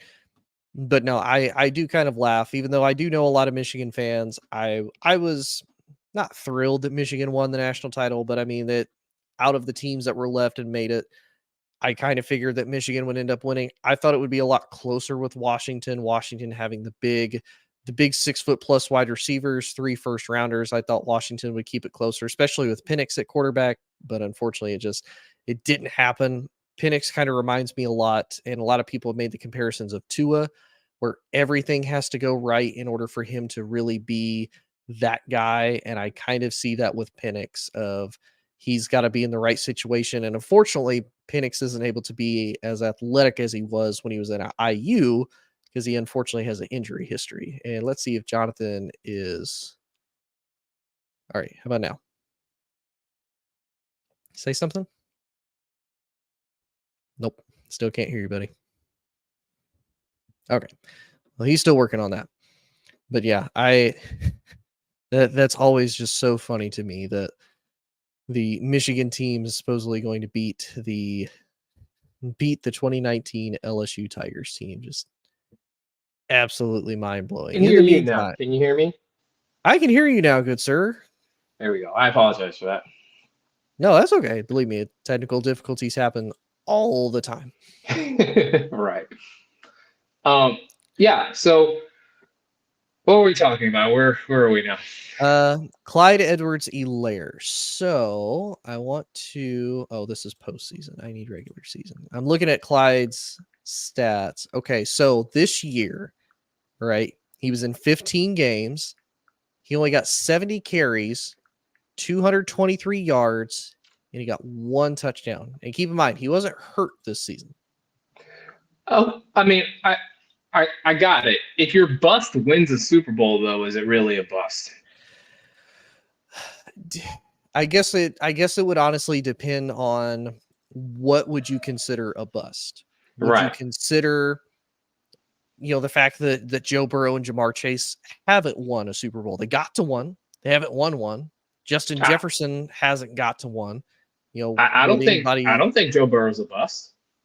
I don't think any of them are busts. The only one I would say if you look at statistically, purely by stats and what does he do impacting the team, I would unfortunately have to say for first round talent, albeit he was picked 32nd, so at the very end of the first round, Clyde Edwards-Helaire is unfortunately the bust, only because he doesn't have the impact on his team that a Justin Jefferson, a Joe Burrow, or a Jamar Chase does.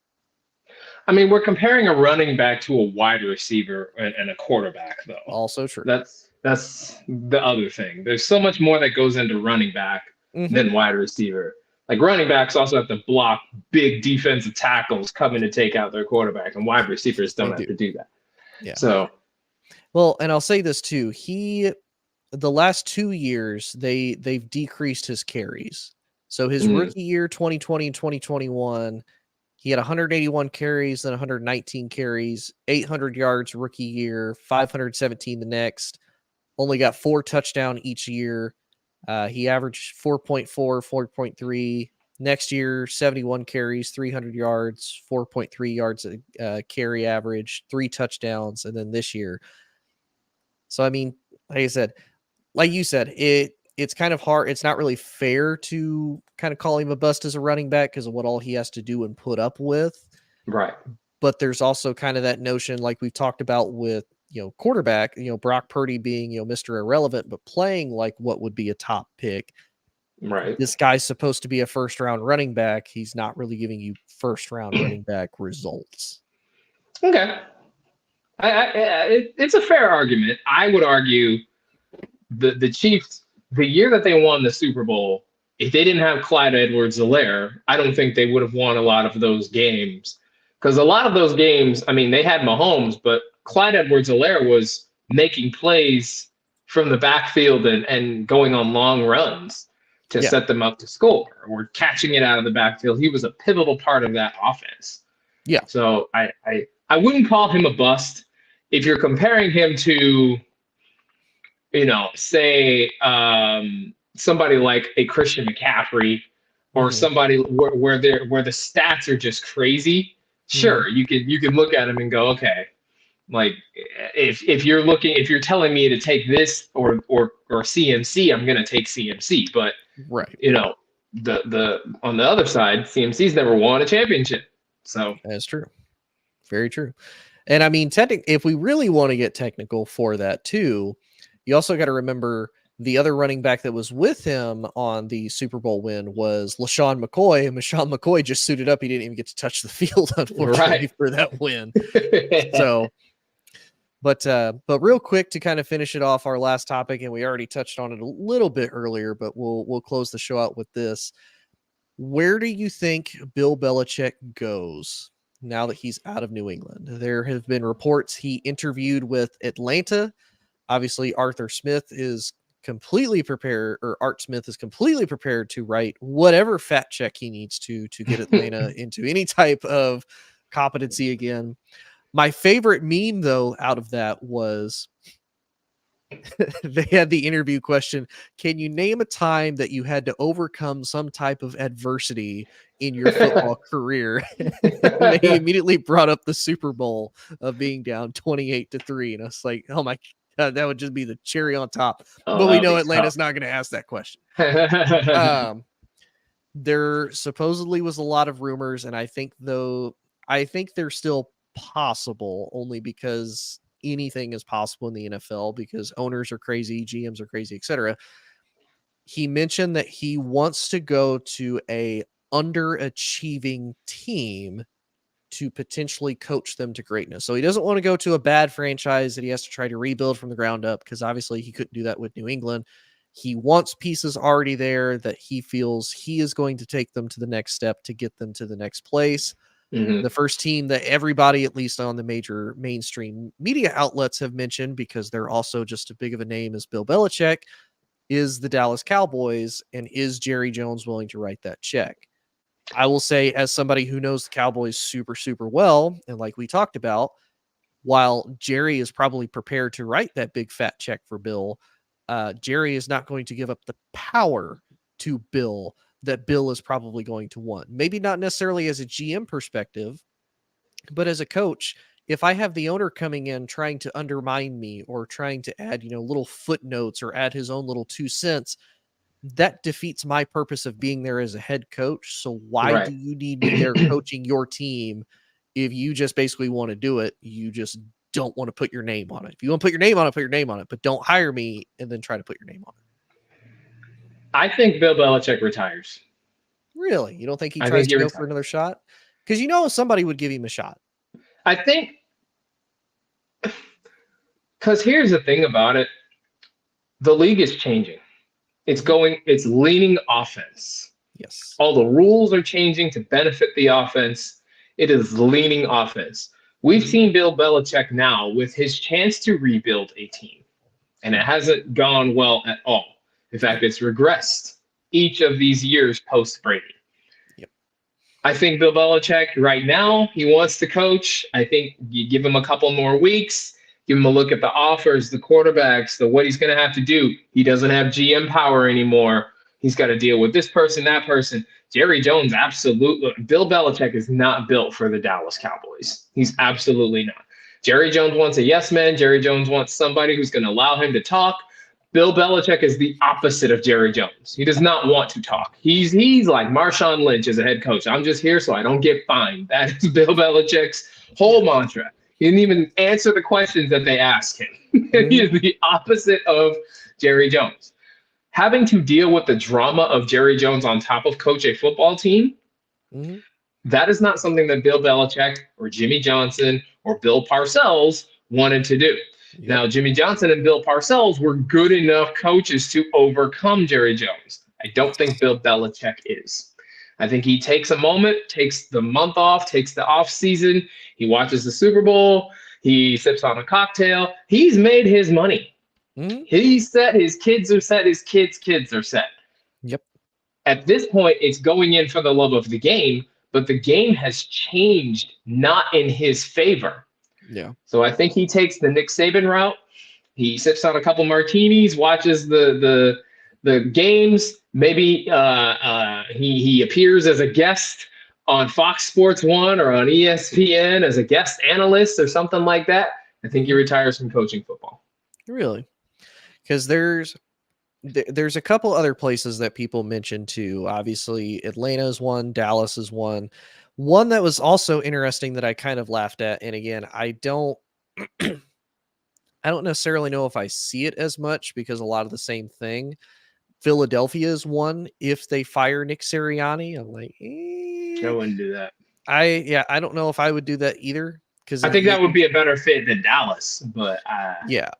Well, although I think too, because the Philly media is going to want answers, and they're going to rip him a new one the minute he's like, we're just focusing on Sunday. Bill, we want an answer. We're just focused on Sunday. Damn it, Bill. I think he can get away with that in a Philly or a Pittsburgh, not in Dallas. Yeah. So it will be interesting to see where he goes. I even heard potentially, and I don't see it as much of maybe the Bills, because I know at one point they were skeptical with Sean McDermott, but I don't really see how that would make it different because Sean's a defensive coach.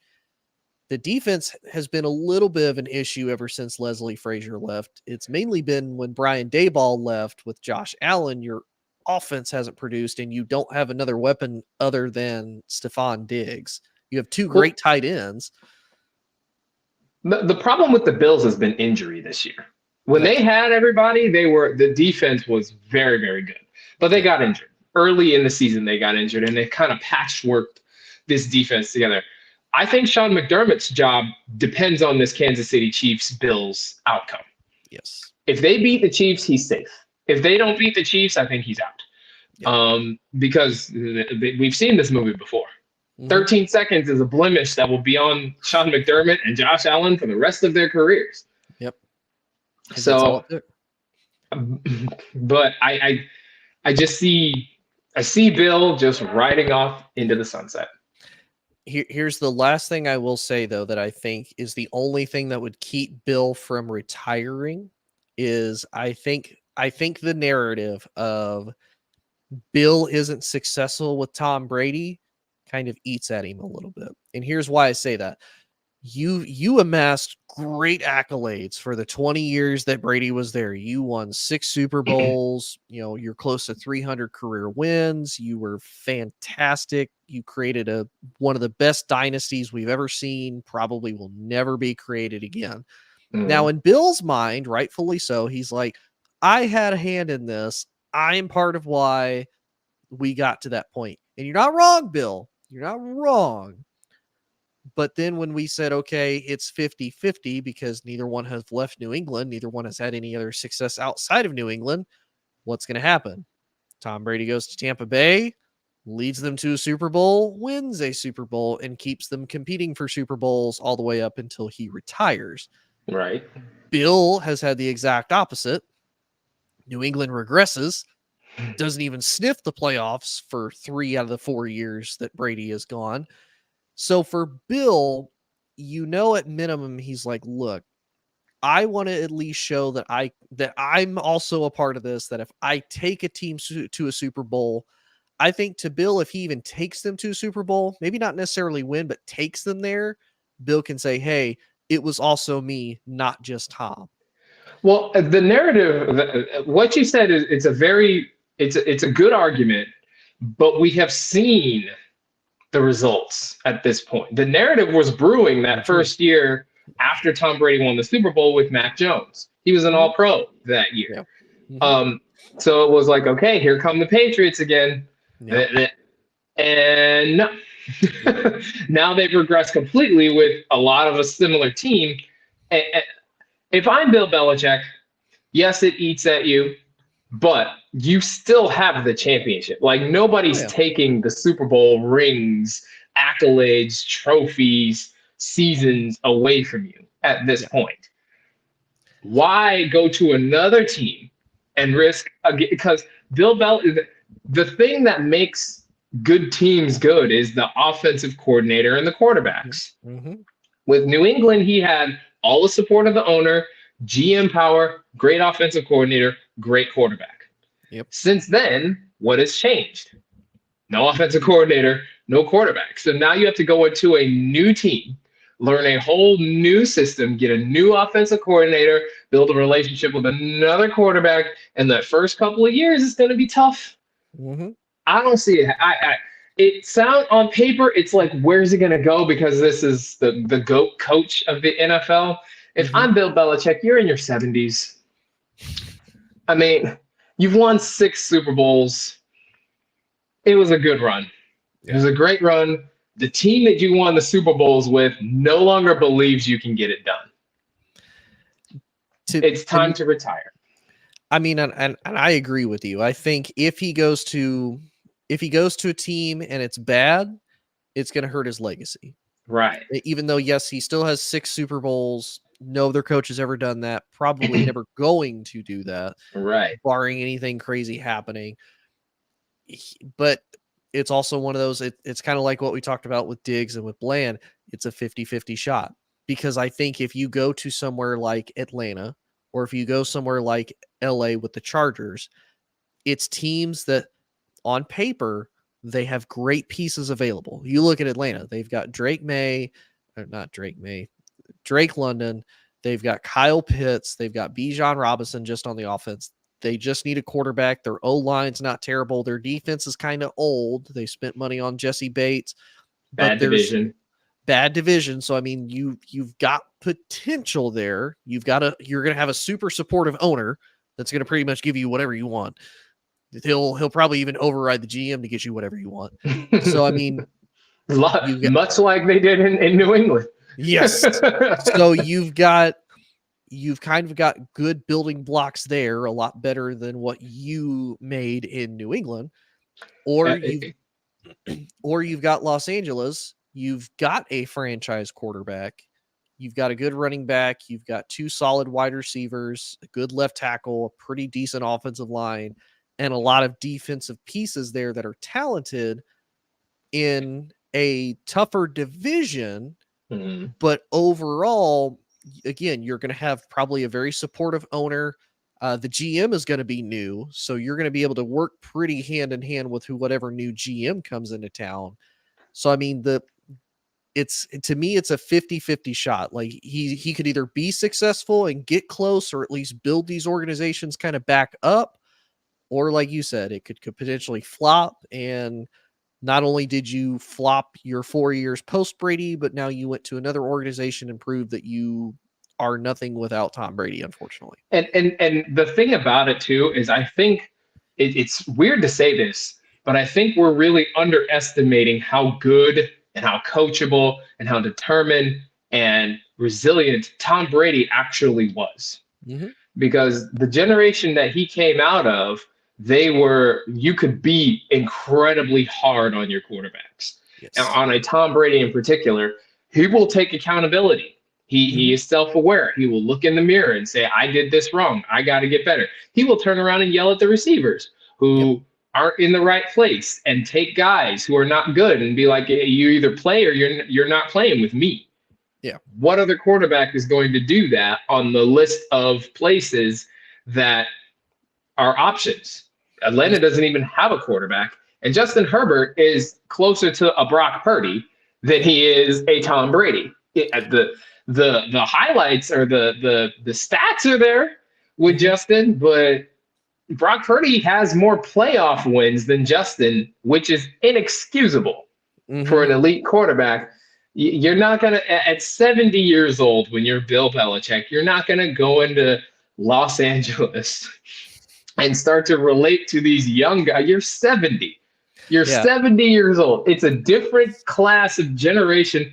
If he goes into a hip town like Los Angeles, and you're Bill Belichick, and you walk in there, a hip place like Atlanta, and you walk in there, Bill, if you never see anything else from me again, Bill, listen, you've had 20 years. It was a good run. It was a good run. It's already written in NFL history. Okay. 6 championships. Nobody else has done that. You and Tom, when things were clicking, it clicked really well. It's time to retire. Be an analyst. It's time to retire, which I don't even see analysts really, because he never talked to even the media on the teams. So actually, and I don't know if you saw it, he hopped on ESPN's College Game Day show. It was actually really funny. I did not see that. He told a couple stories. It was mainly with the Army versus Navy game. Oh, I did see that. Yeah. So, I mean, he could do it. And I think he is truly funny. And from a lot of the reports that we have from like Edelman and all of these former Patriots, now that they're out of New England and he's not coaching them, apparently he's a really funny, down to earth guy. Even Randy Moss was like, no, dude's hilarious. Like y'all just never get to see it, but dude is actually really funny. And we know he's analyst, smart.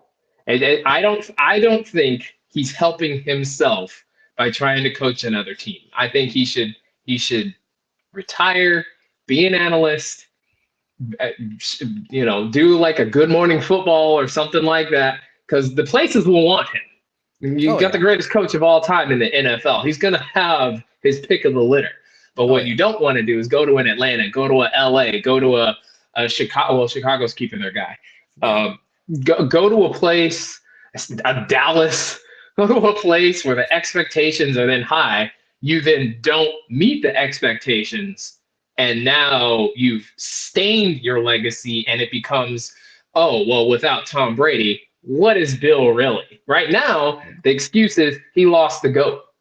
He lost the GOAT, couldn't recover. If he retires now, he can still kind of salvage the legacy of, well, we had something really good in New England, and Tom left, it fell apart, and we tried, couldn't do it, and now I'm here. Or, Tom left, I went to Atlanta, didn't really work out the way I wanted it to, and just retire,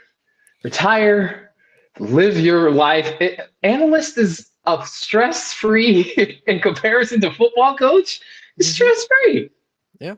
Still get to travel, still get to do all that. Like, Bill, just retire.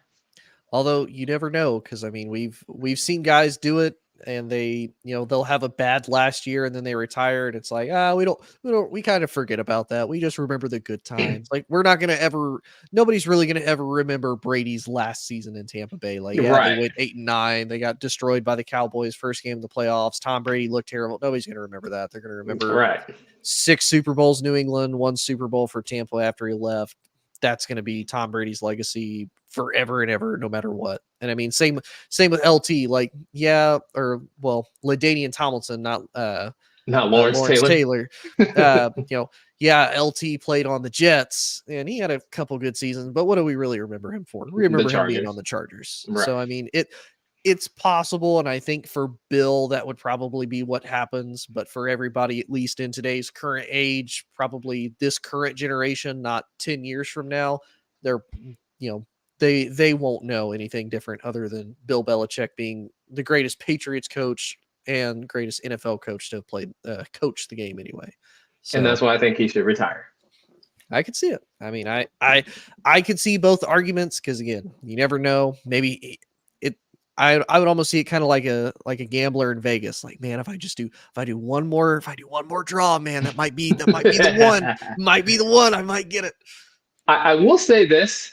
I think there's going to be a surprise hiring or firing in this offseason. Something's going to come out of left field, and we're going to be like, whoa, what? Yeah, I think it'll happen. And you want to know what I think it'll be, unfortunately, as sad as it's going to be, and it's going to be to a team that wouldn't surprise me if they did it, and it would kind of deserve for bad things to continue to happen to them. I don't think the Raiders are going to hire Antonio Pierce as their head coach. Because I feel like I don't think they should. I feel like that deal should have already been done. And here's the reason why I say they should. And kind of hear me out on this, because I was talking with a buddy about this today. Two of your big players in Max Crosby and Devontae Adams have advocated that this is the guy that they want for coach. So your biggest star on offense, your biggest star on defense. Mm-hmm. You're already the Raiders. It's not like you're in a big position to really do anything. Mm-hmm. This upcoming offseason, you've got to figure out, is Aiden O'Connell your quarterback? Is Jimmy Garoppolo your quarterback? Are you going to go try to get somebody? Are you going to trade up for somebody? Who's it going to be? There's a lot of questions left there. What harm does it really do to at least say for a year when, if you can get Jim Harbaugh, go do it. But if you're not even going to compete, say, okay, we'll give the guy the keys for a year. This is your trial run. Team is yours. You had half a season. You did really good last season. Now you've got a full off season. Bring in who you want, coaching, players wise, etc. Let's see what potential you have. If we see a lot of upside, we'll extend you for a little bit longer. If we're about in the same spot, you're probably going to get cut. Gives the players what they want. You kind of ride the momentum that you have. And if it does work out, you've already kind of gotten a head start on building the stability, building a culture, getting a guy that has been there and has already had a little bit of success in some place that has not historically had success since the 1980s. The problem is, if we were talking about the NFC South or the NFC East or the NFC North, where it's Chicago and it's Minnesota and it's Green Bay, that would work. Or they're in the AFC West. Yes. They got Mahomes and Herbert and Russell Wilson in the same division. Nah, not Russell Wilson. He's going to be gone after this season. Oh, that's true. That's true. They got Herbert and they got Mahomes in the same division. They're located in the West in a big city like Las Vegas.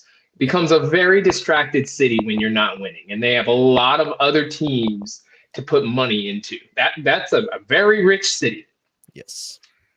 You cannot afford a year of instability.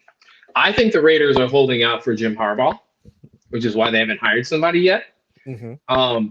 Because they know, or I'm assuming they know, you're not going to beat Herbert and Mahomes with a defensive coach.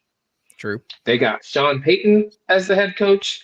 They got whoever the Chargers hire, who's going to be an offensive mind. And you got Andy Reid in the same division. You're going to run this back with Antonio Pierce and Jimmy Garoppolo and Aiden O'Connell.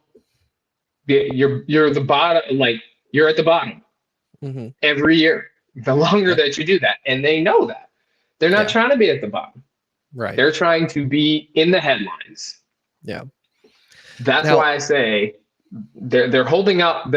They saw the Antonio Pierce experiment. It's a good story for half the season. They need somebody who's going to come in and move the needle, and that's not Antonio Pierce. Okay. You say they didn't do bad. They went 8-9 this season. They were second in the West behind the Chiefs. So I mean, they again kind of better than expected. I think when I looked, he has the second winningest record in Raiders history behind their other interim head coach that they had and fired, Rich Bisaccia. So that's why I say again, give it a year. Now I get what you're saying. It's a busy city. There's a lot of distractions. I'll say this too, though. And I'll say this because having been in Vegas quite a lot and been around a lot of Raiders fans are diehard regardless. They're like Browns and Lions fans. They're good, bad, ugly, beautiful, indifferent, everything. Raiders fans are there. So I don't think that the expectations are crazy right now. I think honestly for probably Raiders fans and the Raiders organization, they just want some type of stability. And even if it's something, 8-9, 9-8, you're not necessarily going to win the division unless Kansas City, Denver, or LA just absolutely implode. But again, as long as you're at least competitive and there's something to work with, I think they're okay with that. I mean, obviously, nobody wants to just settle for mediocrity. Everybody wants a championship. But like you said, being realistic with the obstacles you have to climb and face, 9-8, 8-9 in the AFC West with all of these tough opponents, and really the AFC as a whole, because they're going to have to face the AFC North with Joe Burrow and the Bengals, the Browns, the Ravens, the Steelers. You have to face the AFC East with the Bills and the Dolphins. Like, you have a tough road no matter what you do. But that's why 8-9 isn't good enough. Is because of all of these obstacles. Mm-hmm. So the Raiders are in like they just moved to Vegas. Yes. They just built the new stadium. Mm-hmm. They brought in a quarterback that they thought was going to lead them. Turns out, without Kyle Shanahan, he's not that good. Right. The Raiders need to make major changes very fast. They need a culture pivot very, very fast. They've got some good players. Mm-hmm. Crosby's a beast. They got Devontae Adams. They need a quarterback. They need an offensive-minded coach who can take what they have in place and move it substantially. Jim Harbaugh is right now, that's the guy. And I think unless somebody else comes up, because whoever goes in there is going to need to pick a quarterback. Yeah. They have to draft a quarterback. And this is a quarterback class that's really, really good. So the guy that they bring in is going to have to, okay, this is the guy that we want. Why? We got Devontae. We got the kid from Alabama. What's his name? Kid from Alabama. I can tell you here in a second. Or you mean Clemson? Maybe Clemson. I say, because unfortunately Henry Ruggs is long gone. Not him. I thought there was in the Mims. Didn't Mims go to Alabama? They do not have a Mims. No, I think Denver is the one that has Mims, if I remember correctly. Well, they got Devontae. They got the kid from Clemson. They have a good running back, Josh Jacobs. They've got the pieces there that can at least compete in that division. Yeah. They need a quarterback. They need an offensive-minded coach who can move the needle. Antonio Pierce, it's a good story. He's a defensive guy. In today's league, especially in that division, you're not going to win with a defensive guy. Yeah. There's a Mims on the Broncos out of Oklahoma, but the Raiders don't have a Mims. They don't have... the only two kind of big players they have from Bama are Jacobs. They have DJ Fluker, who's an offensive tackle out of Bama. Now they have another receiver who's good. Not the Clemson. There's another receiver. They've got Hunter Renfrow. Okay, so this is their wide receiver room. They've got Adams. They got DeAndre Carter. They've got Jacoby Myers. Jacoby Myers. Who, I'm not gonna lie, I don't give him as much credit only because he again was he a bust out of New England? Yeah, in New England, but all of their receivers have been since Brady left. That's true. Yeah, it's funny. They said that Bill has drafted more like Hall of Fame, like Pro Bowl coaches than he has 1,000-yard wide receivers. Yeah. Unfortunately, he's had one Pro Bowler. True. The Pro Bowler was a punter. Yeah, one of them being a punter, which is nuts. But Jonathan, buddy, we've gone at this for almost 2 hours. We're just shy. It's been a blast talking with you. I needed this after my rage this past We didn't even weekend. really talk about the Cowboys. I ignored it. I just got so mad. I was like, I just can't do it. Dude, I'm telling you, when I say I saw nothing but red, I'm like, oh, I'm so mad. I'm so pissed. So pissed. It's always fun, Tony. It is. It's always fun. I appreciate it, man. Please, by all means, let everybody know where they can follow. They can find and follow you, man. Most of my stuff is about music. I'm on Instagram at I am Jonathan K. I am on Facebook at I am Jonathan K. My sports stuff for Twitter or X, whatever you want to call it, is Miller Time JK, and that's where I mostly talk sports. So. Okay. And then, of course, you can find me on Facebook, Instagram, and TikTok at Inside the Hoosier Mind, and on X, formerly known as Twitter, at IN Hoosier Mind. Again, Jonathan, appreciate you coming on, man. You're always welcome. Always a blast talking with you. It's always fun, and appreciate you coming on, man. Yeah, thanks for having me. Hopefully we can do this next week when the Niners pound the Packers. We'll have to see. I'm traveling starting tomorrow. I'm gone for a week. I'm going to Dallas for 4 days, so that's going to be painful memories. Oh man. And then I get to finish my trip off in Tampa for about 4 days at St. Pete Beach. Oh, nice. My neck of the woods.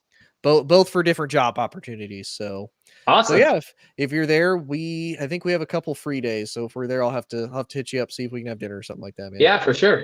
Can we do picks really quick for this weekend? Sure can. So obviously this weekend, so we'll do AFC and then we'll do NFC. All right. So real quick, if my computer and ESPN will work for me. So first matchup we've got is Saturday. We've got the Texans at the Baltimore Ravens. Obviously the Ravens are going to be favored in that matchup. Yeah. What's the spread? Spread Baltimore by 9. The ESPN matchup predictor has the Baltimore Ravens favored 81.7% to win. I would take Houston in the points. 9 is a lot. That is a lot. It's definitely a lot.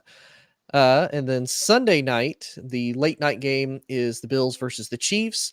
They have Buffalo by -3, and the matchup predictor has Buffalo winning 56.6%. I think Buffalo's going to win that game pretty handedly. Okay. Obviously, the late night game, Saturday night, is the Packers at the 49ers. The spread is San Francisco -9, and San Francisco, according to the matchup predictor, 78.6% chance of winning.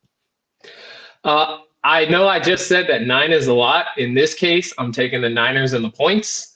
CJ Stroud is better than Jordan Love, and I think the Niners defense is just going to prove that. I would take the Niners plus the points. And then, of course, the last game, the early game on Sunday, we have the Buccaneers at the Lions. The Lions, the odds are -6 for the Lions, and the matchup predictor, 62.5% chance of them winning. This one was the toughest one. Yes. This one was the toughest one, but I think the Lions is the side here. 6 is a lot. 6 is a lot of points, but I think the Lions is the side here. 6 is a lot. This is the only one I'll say. All the other ones, it's pretty easy. I think the Ravens are going to win. 49ers are going to win, and I think the Bills win against the Chiefs just because the Chiefs are limping into this more than anything and right. really struggled. Whereas Buffalo, a lot more hot, a lot more momentum running on their side. Mhm. This one I feel is more of a toss-up with Detroit and Tampa. Tampa's playing pretty decently. They're really Tampa Bay has nothing to lose at this point. Like this season is Right. an overall success for them, no matter what happens, whether they win or lose. This has been a Right. success for Tampa. All the pressure is on Detroit, just like it was last week on Dallas. This is all the pressure on Detroit. Can Jared Goff lead another win, take the Detroit Lions to the NFC Championship, and then they're, technically just one game away from the Super Bowl. Yeah. But more than likely, they're going to have to face the 49ers when they do, and they're going to have to travel to San Francisco when they do it. They won't have the comfortable conditions of Ford Field, barring they're terrible something. on the road. They are absolutely atrocious on the road. They're just as bad as Dallas when it comes to that's what I've always thought is funny. Somebody mentioned it like years ago, probably like 10 years ago.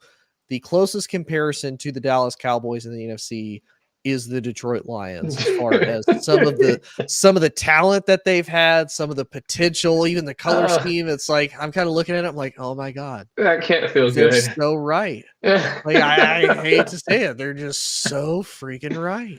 I didn't even think about that until you said that. Yeah, it's pretty accurate, actually. Like all the potential, you can kind of take advantage of crappy divisions. Like, oh yeah, Aiden Hutchinson, Micah Parsons, Jared Goff, Dak. I mean, yeah. CeeDee Lamb, Amon-Ra. Yeah, it's like, oh yeah, this is totally possible. Like honestly, you look at Jake Ferguson, Sam Laporta. It's like, oh, yeah, that's a pretty good comparison. And it's kind of a revenge game because they did face off early in the season. The Lions went to the Buccaneers early on. They beat them 20-6, albeit, Tampa Bay is kind of still figuring themselves out at that point, but Tampa Bay's also been kind of red hot too. So yeah, man, it'll be interesting this weekend. I think this is probably going to be more interesting matchups than I would say the wild card weekend was. I think the difference in that game is going to be the O-line. And Detroit has a better O-line than Tampa does. Tampa might have a better defense, but Detroit has a better O-line than Tampa does. And so I think Aiden Hutchinson's going to potentially wreck the game there. And they're at home. Like Detroit is another can't lose team. Yeah. Like even if they lose this game, they won. That's the moment for them was last week's game. North. Yeah. Well, they won the North. Yeah. Had a playoff game. Quarterback. Won, against Matt Stafford. Like that was their moment. Yeah. If they lose this game, oh well. Jared Goff has already achieved more than Matthew Stafford has. Yeah. Oh well. Now we can ride this momentum into next year. Get better for next year. We'll be all right. So I don't think Detroit really has any pressure in this game. There's no expectation, even if they win this game. Does anybody think they're gonna win the Super Bowl? I don't think it would, especially because they're gonna have to face the Niners. But it's kind of the same way with the story. It's like, man, that'd be a really good storyline, though. Like, for sure. Can the team that has been, the bottom of the NFL, everybody's kicking boy for the entirety of their existence, can they do it and get a win? Yeah, I don't think so. The Niners are too stacked. I think Detroit wins this game. I really do. I think they're the better team. They've been the better team all year. Baker Mayfield, as good as this is Baker's ceiling.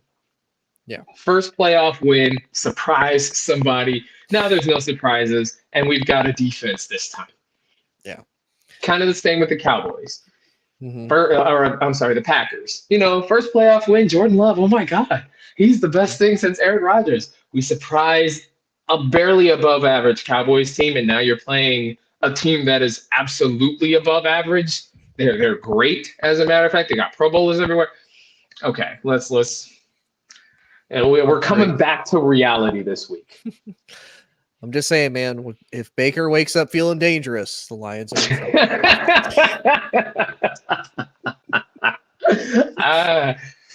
I suppose there's always a chance. There's a chance. So you're saying there's a chance. There is a chance. That was good. Baker wakes up feeling dangerous. I'm just saying, it's possible. Yeah, do you remember that when he said that in Cleveland? Yeah, I woke up feeling dangerous. He said that All right buddy. before a Niners game, as a matter of fact. And then they got boat raced. Yes, he did. But it's been fun. So we got Buffalo. I think we agree across the board here. Got Buffalo, San Francisco. You said the Ravens. You think the Ravens plus the points? Yes. Yeah. I think this is the time. Now, the Ravens did point out they faced the Texans early on in the season. It was an absolute whooping, mainly because it's everybody kind of getting their feet underneath them. Stroud, his first NFL game, DeMeco Ryans' first head coaching game. We've kind of seen the Texans, honestly, still do pretty well throughout the year. Right. But I think overall talent, depth, how stacked they are, and honestly, it's no shot to DeMeco Ryans, just better coaching because of how long he's been coaching and the sustained success that he has. I got to give it to Harbaugh as far as overall better coaching. Lamar, I think, has the better experience, better quarterback than Stroud. I think the potential is for the Texans to be great, like overall. Lamar has one playoff win. He does. He does. Now, this is the other thing that kind of makes it interesting. But again, I would still take Baltimore over Houston because of experience and just overall talent. Is we've seen the last time Baltimore was the 1 seed and they faced an AFC South team, ironically enough, coming off of a bye, they took an L. And it wasn't a small L either. They got pounded. And honestly, we've seen that from, I would argue, a lot of 1 seeds in the playoffs because they have that bye. While it's nice because you get the rest, you have rest, so you're not getting into the rhythm that you once were. You're not maybe practicing like you were, so that you kind of get thrown off your groove a little bit. Like, oh crap, here we go. It's not like the regular season where if you stumble, okay, we'll get back into a rhythm. We get back up. It's one and done. And this is why I think the Texans is the side here. Because on the Ravens side, they are 21st in passing this season. 21st in passing. They're first in rushing. How is that possible? Because all their running backs have been injured. Well, they have Lamar, and Lamar is a running quarterback. Let's look at the other side. Do they have an impact player at quarterback? Yeah, I would say CJ Stroud is. I would agree. Now, the thing that I would take away, though, the only weapon, well, 2 weapons he technically has on offense is Nico Collins and Dalton Schultz. He has to hope that one of them can have a big impact game as well, or kind of break free. What is his name? The rookie, Tank Dell. If Tank Dell was available, I would say, okay, this is probably a bit more close matchup than what we're probably expecting. I would say that if they hadn't just dismantled the Browns. The Browns was the number 1 defense in the league. True.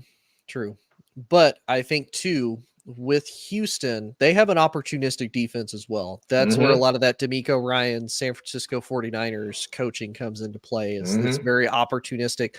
And let's be honest, too. If we're being honest about Joe, while Joe can light you up and drop 300-400 yards, you're also getting like 3 to 4 interceptions. Yeah, he threw the most interceptions since he started. Yeah. So, I mean, I'm like, that's where I'm like, they were facing Joe. Like, now, albeit the Browns beat them the first time, but that was without CJ Stroud. That was with Case Keenum instead. Right. And Lamar's, the pressure's on Baltimore in this game for sure. Yeah. The pressure. Houston's in the same boat as Tampa. They're a team. Yeah, they're not like the Packers.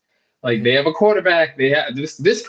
I watched CJ Stroud play against the Browns, and even a doubter in Ohio State quarterbacks, me, I was like, okay, this kid can play. This kid can play. He's showing it. I can't make the argument for Brock Purdy and not make the argument for CJ Stroud when the numbers and you're watching them play. And so, like, who do you think is going to play better, Lamar or CJ? I would honestly say Lamar, only because playoff football is different. And this is a really good Ravens defense. Like I said, Denard Wilson has them 4th against the pass. Sure. That's no The Browns were slouch against the Ravens first. defense. The Browns were first against the pass. They were. So see, and here Lamar has who as receiver? Technically, he has OBJ. He has Devin Duvernay. He has Rashad Bateman, I believe, is also his wide receiver, if I remember correctly. Okay. Zay Flowers, maybe. Oh, yeah, I forgot about Zay. How can I forget about Zay? And they don't have a running back. I mean, they have running back by committee. They did sign, I don't know if you saw, they did sign, I think it was 2 weeks ago, they did sign Dalvin Cook. That's right. So they do technically have fresh legs back there. Now, albeit he didn't do anything for the Jets, but the Jets have an offensive line that's as strong as a wet paper bag, which is why Aaron Rodgers got hurt. Right. that was the other. I think the Texans are the upset alert is the Texans game. Okay. That's what I think. The upset alert is the Texans game. For as much as we like to say, you know, as much as the Packers fans are trying to boost up the 49ers, the Niners, when they get into the playoffs, the Niners typically don't lay eggs. Right. Over the last few seasons, they haven't laid an egg. They come in focused. The Ravens have. Yeah. Pressure's on the Ravens. They've been the best team all year. They've had a couple of weeks off just like the Niners have, but they don't have Debo and Ayuk and George Kittle. They don't have Christian McCaffrey and an actual passer behind the line. They have Lamar Jackson, who, albeit he is an electric player, but in the playoffs, when it's one and done, he gets tight. Yeah. So, and then on the other side, you have an impact player at quarterback who's actually beat good teams with good defenses, who can actually make all the throws, who's coming in loose, nothing to lose. I think this is the upset alert this weekend. I could see it. I 100% could, because like I said, I feel like Houston is in the same boat as Tampa. This season, regardless, is an absolute win for them. Right. There was no expectations. They thought it was a team potentially dead in the water with a coach. There's no good culture, probably one of the worst owners. They're going through a coaching carousel constantly. And obviously the thing that I thought was funny, and I've always thought this is funny with NFL drafts, is David Tepper, the owner of the Panthers, who we all know is a joke, wanted Bryce Young because he scored better on the quarterback aptitude test than CJ Stroud did. And Frank Reich was like, I want CJ. I don't want Bryce Young. And I'm like, yeah, I can see that. And this has been the thing I've always told people, both about Alabama quarterbacks, Ohio State quarterbacks, really anybody, with kind of the exception of Joe Burrow. There's always those exceptions.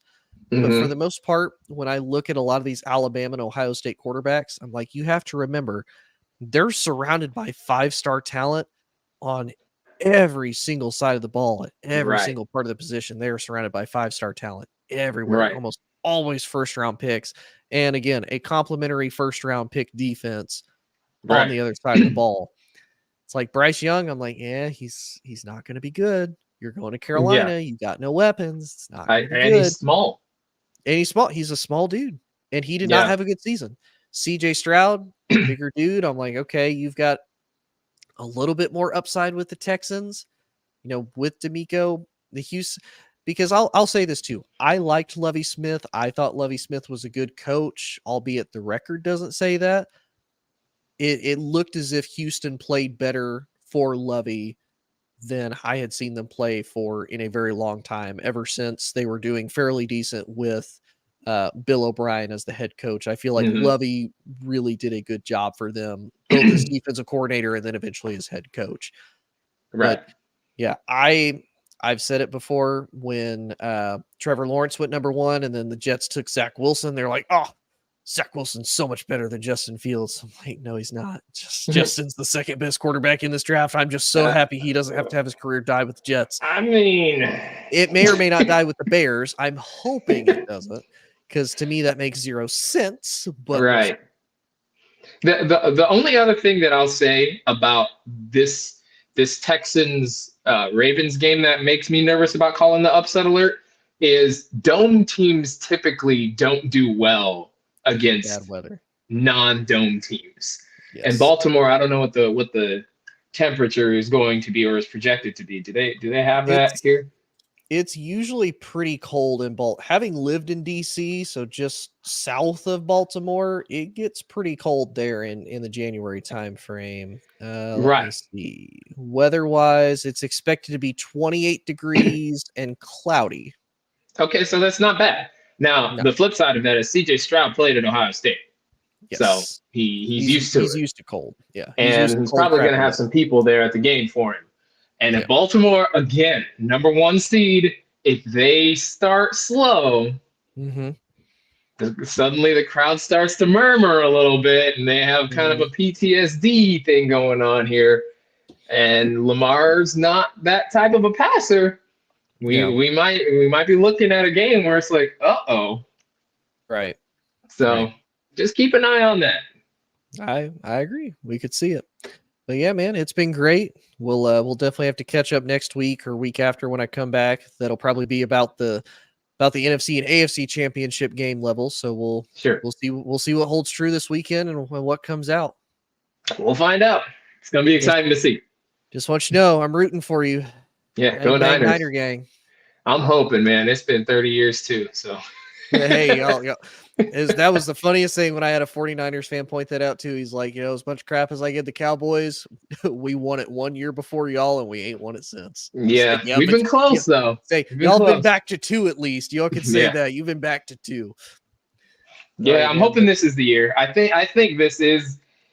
I do think this is the year. If not this year, then when? I mean. Yeah, right. Win at that point.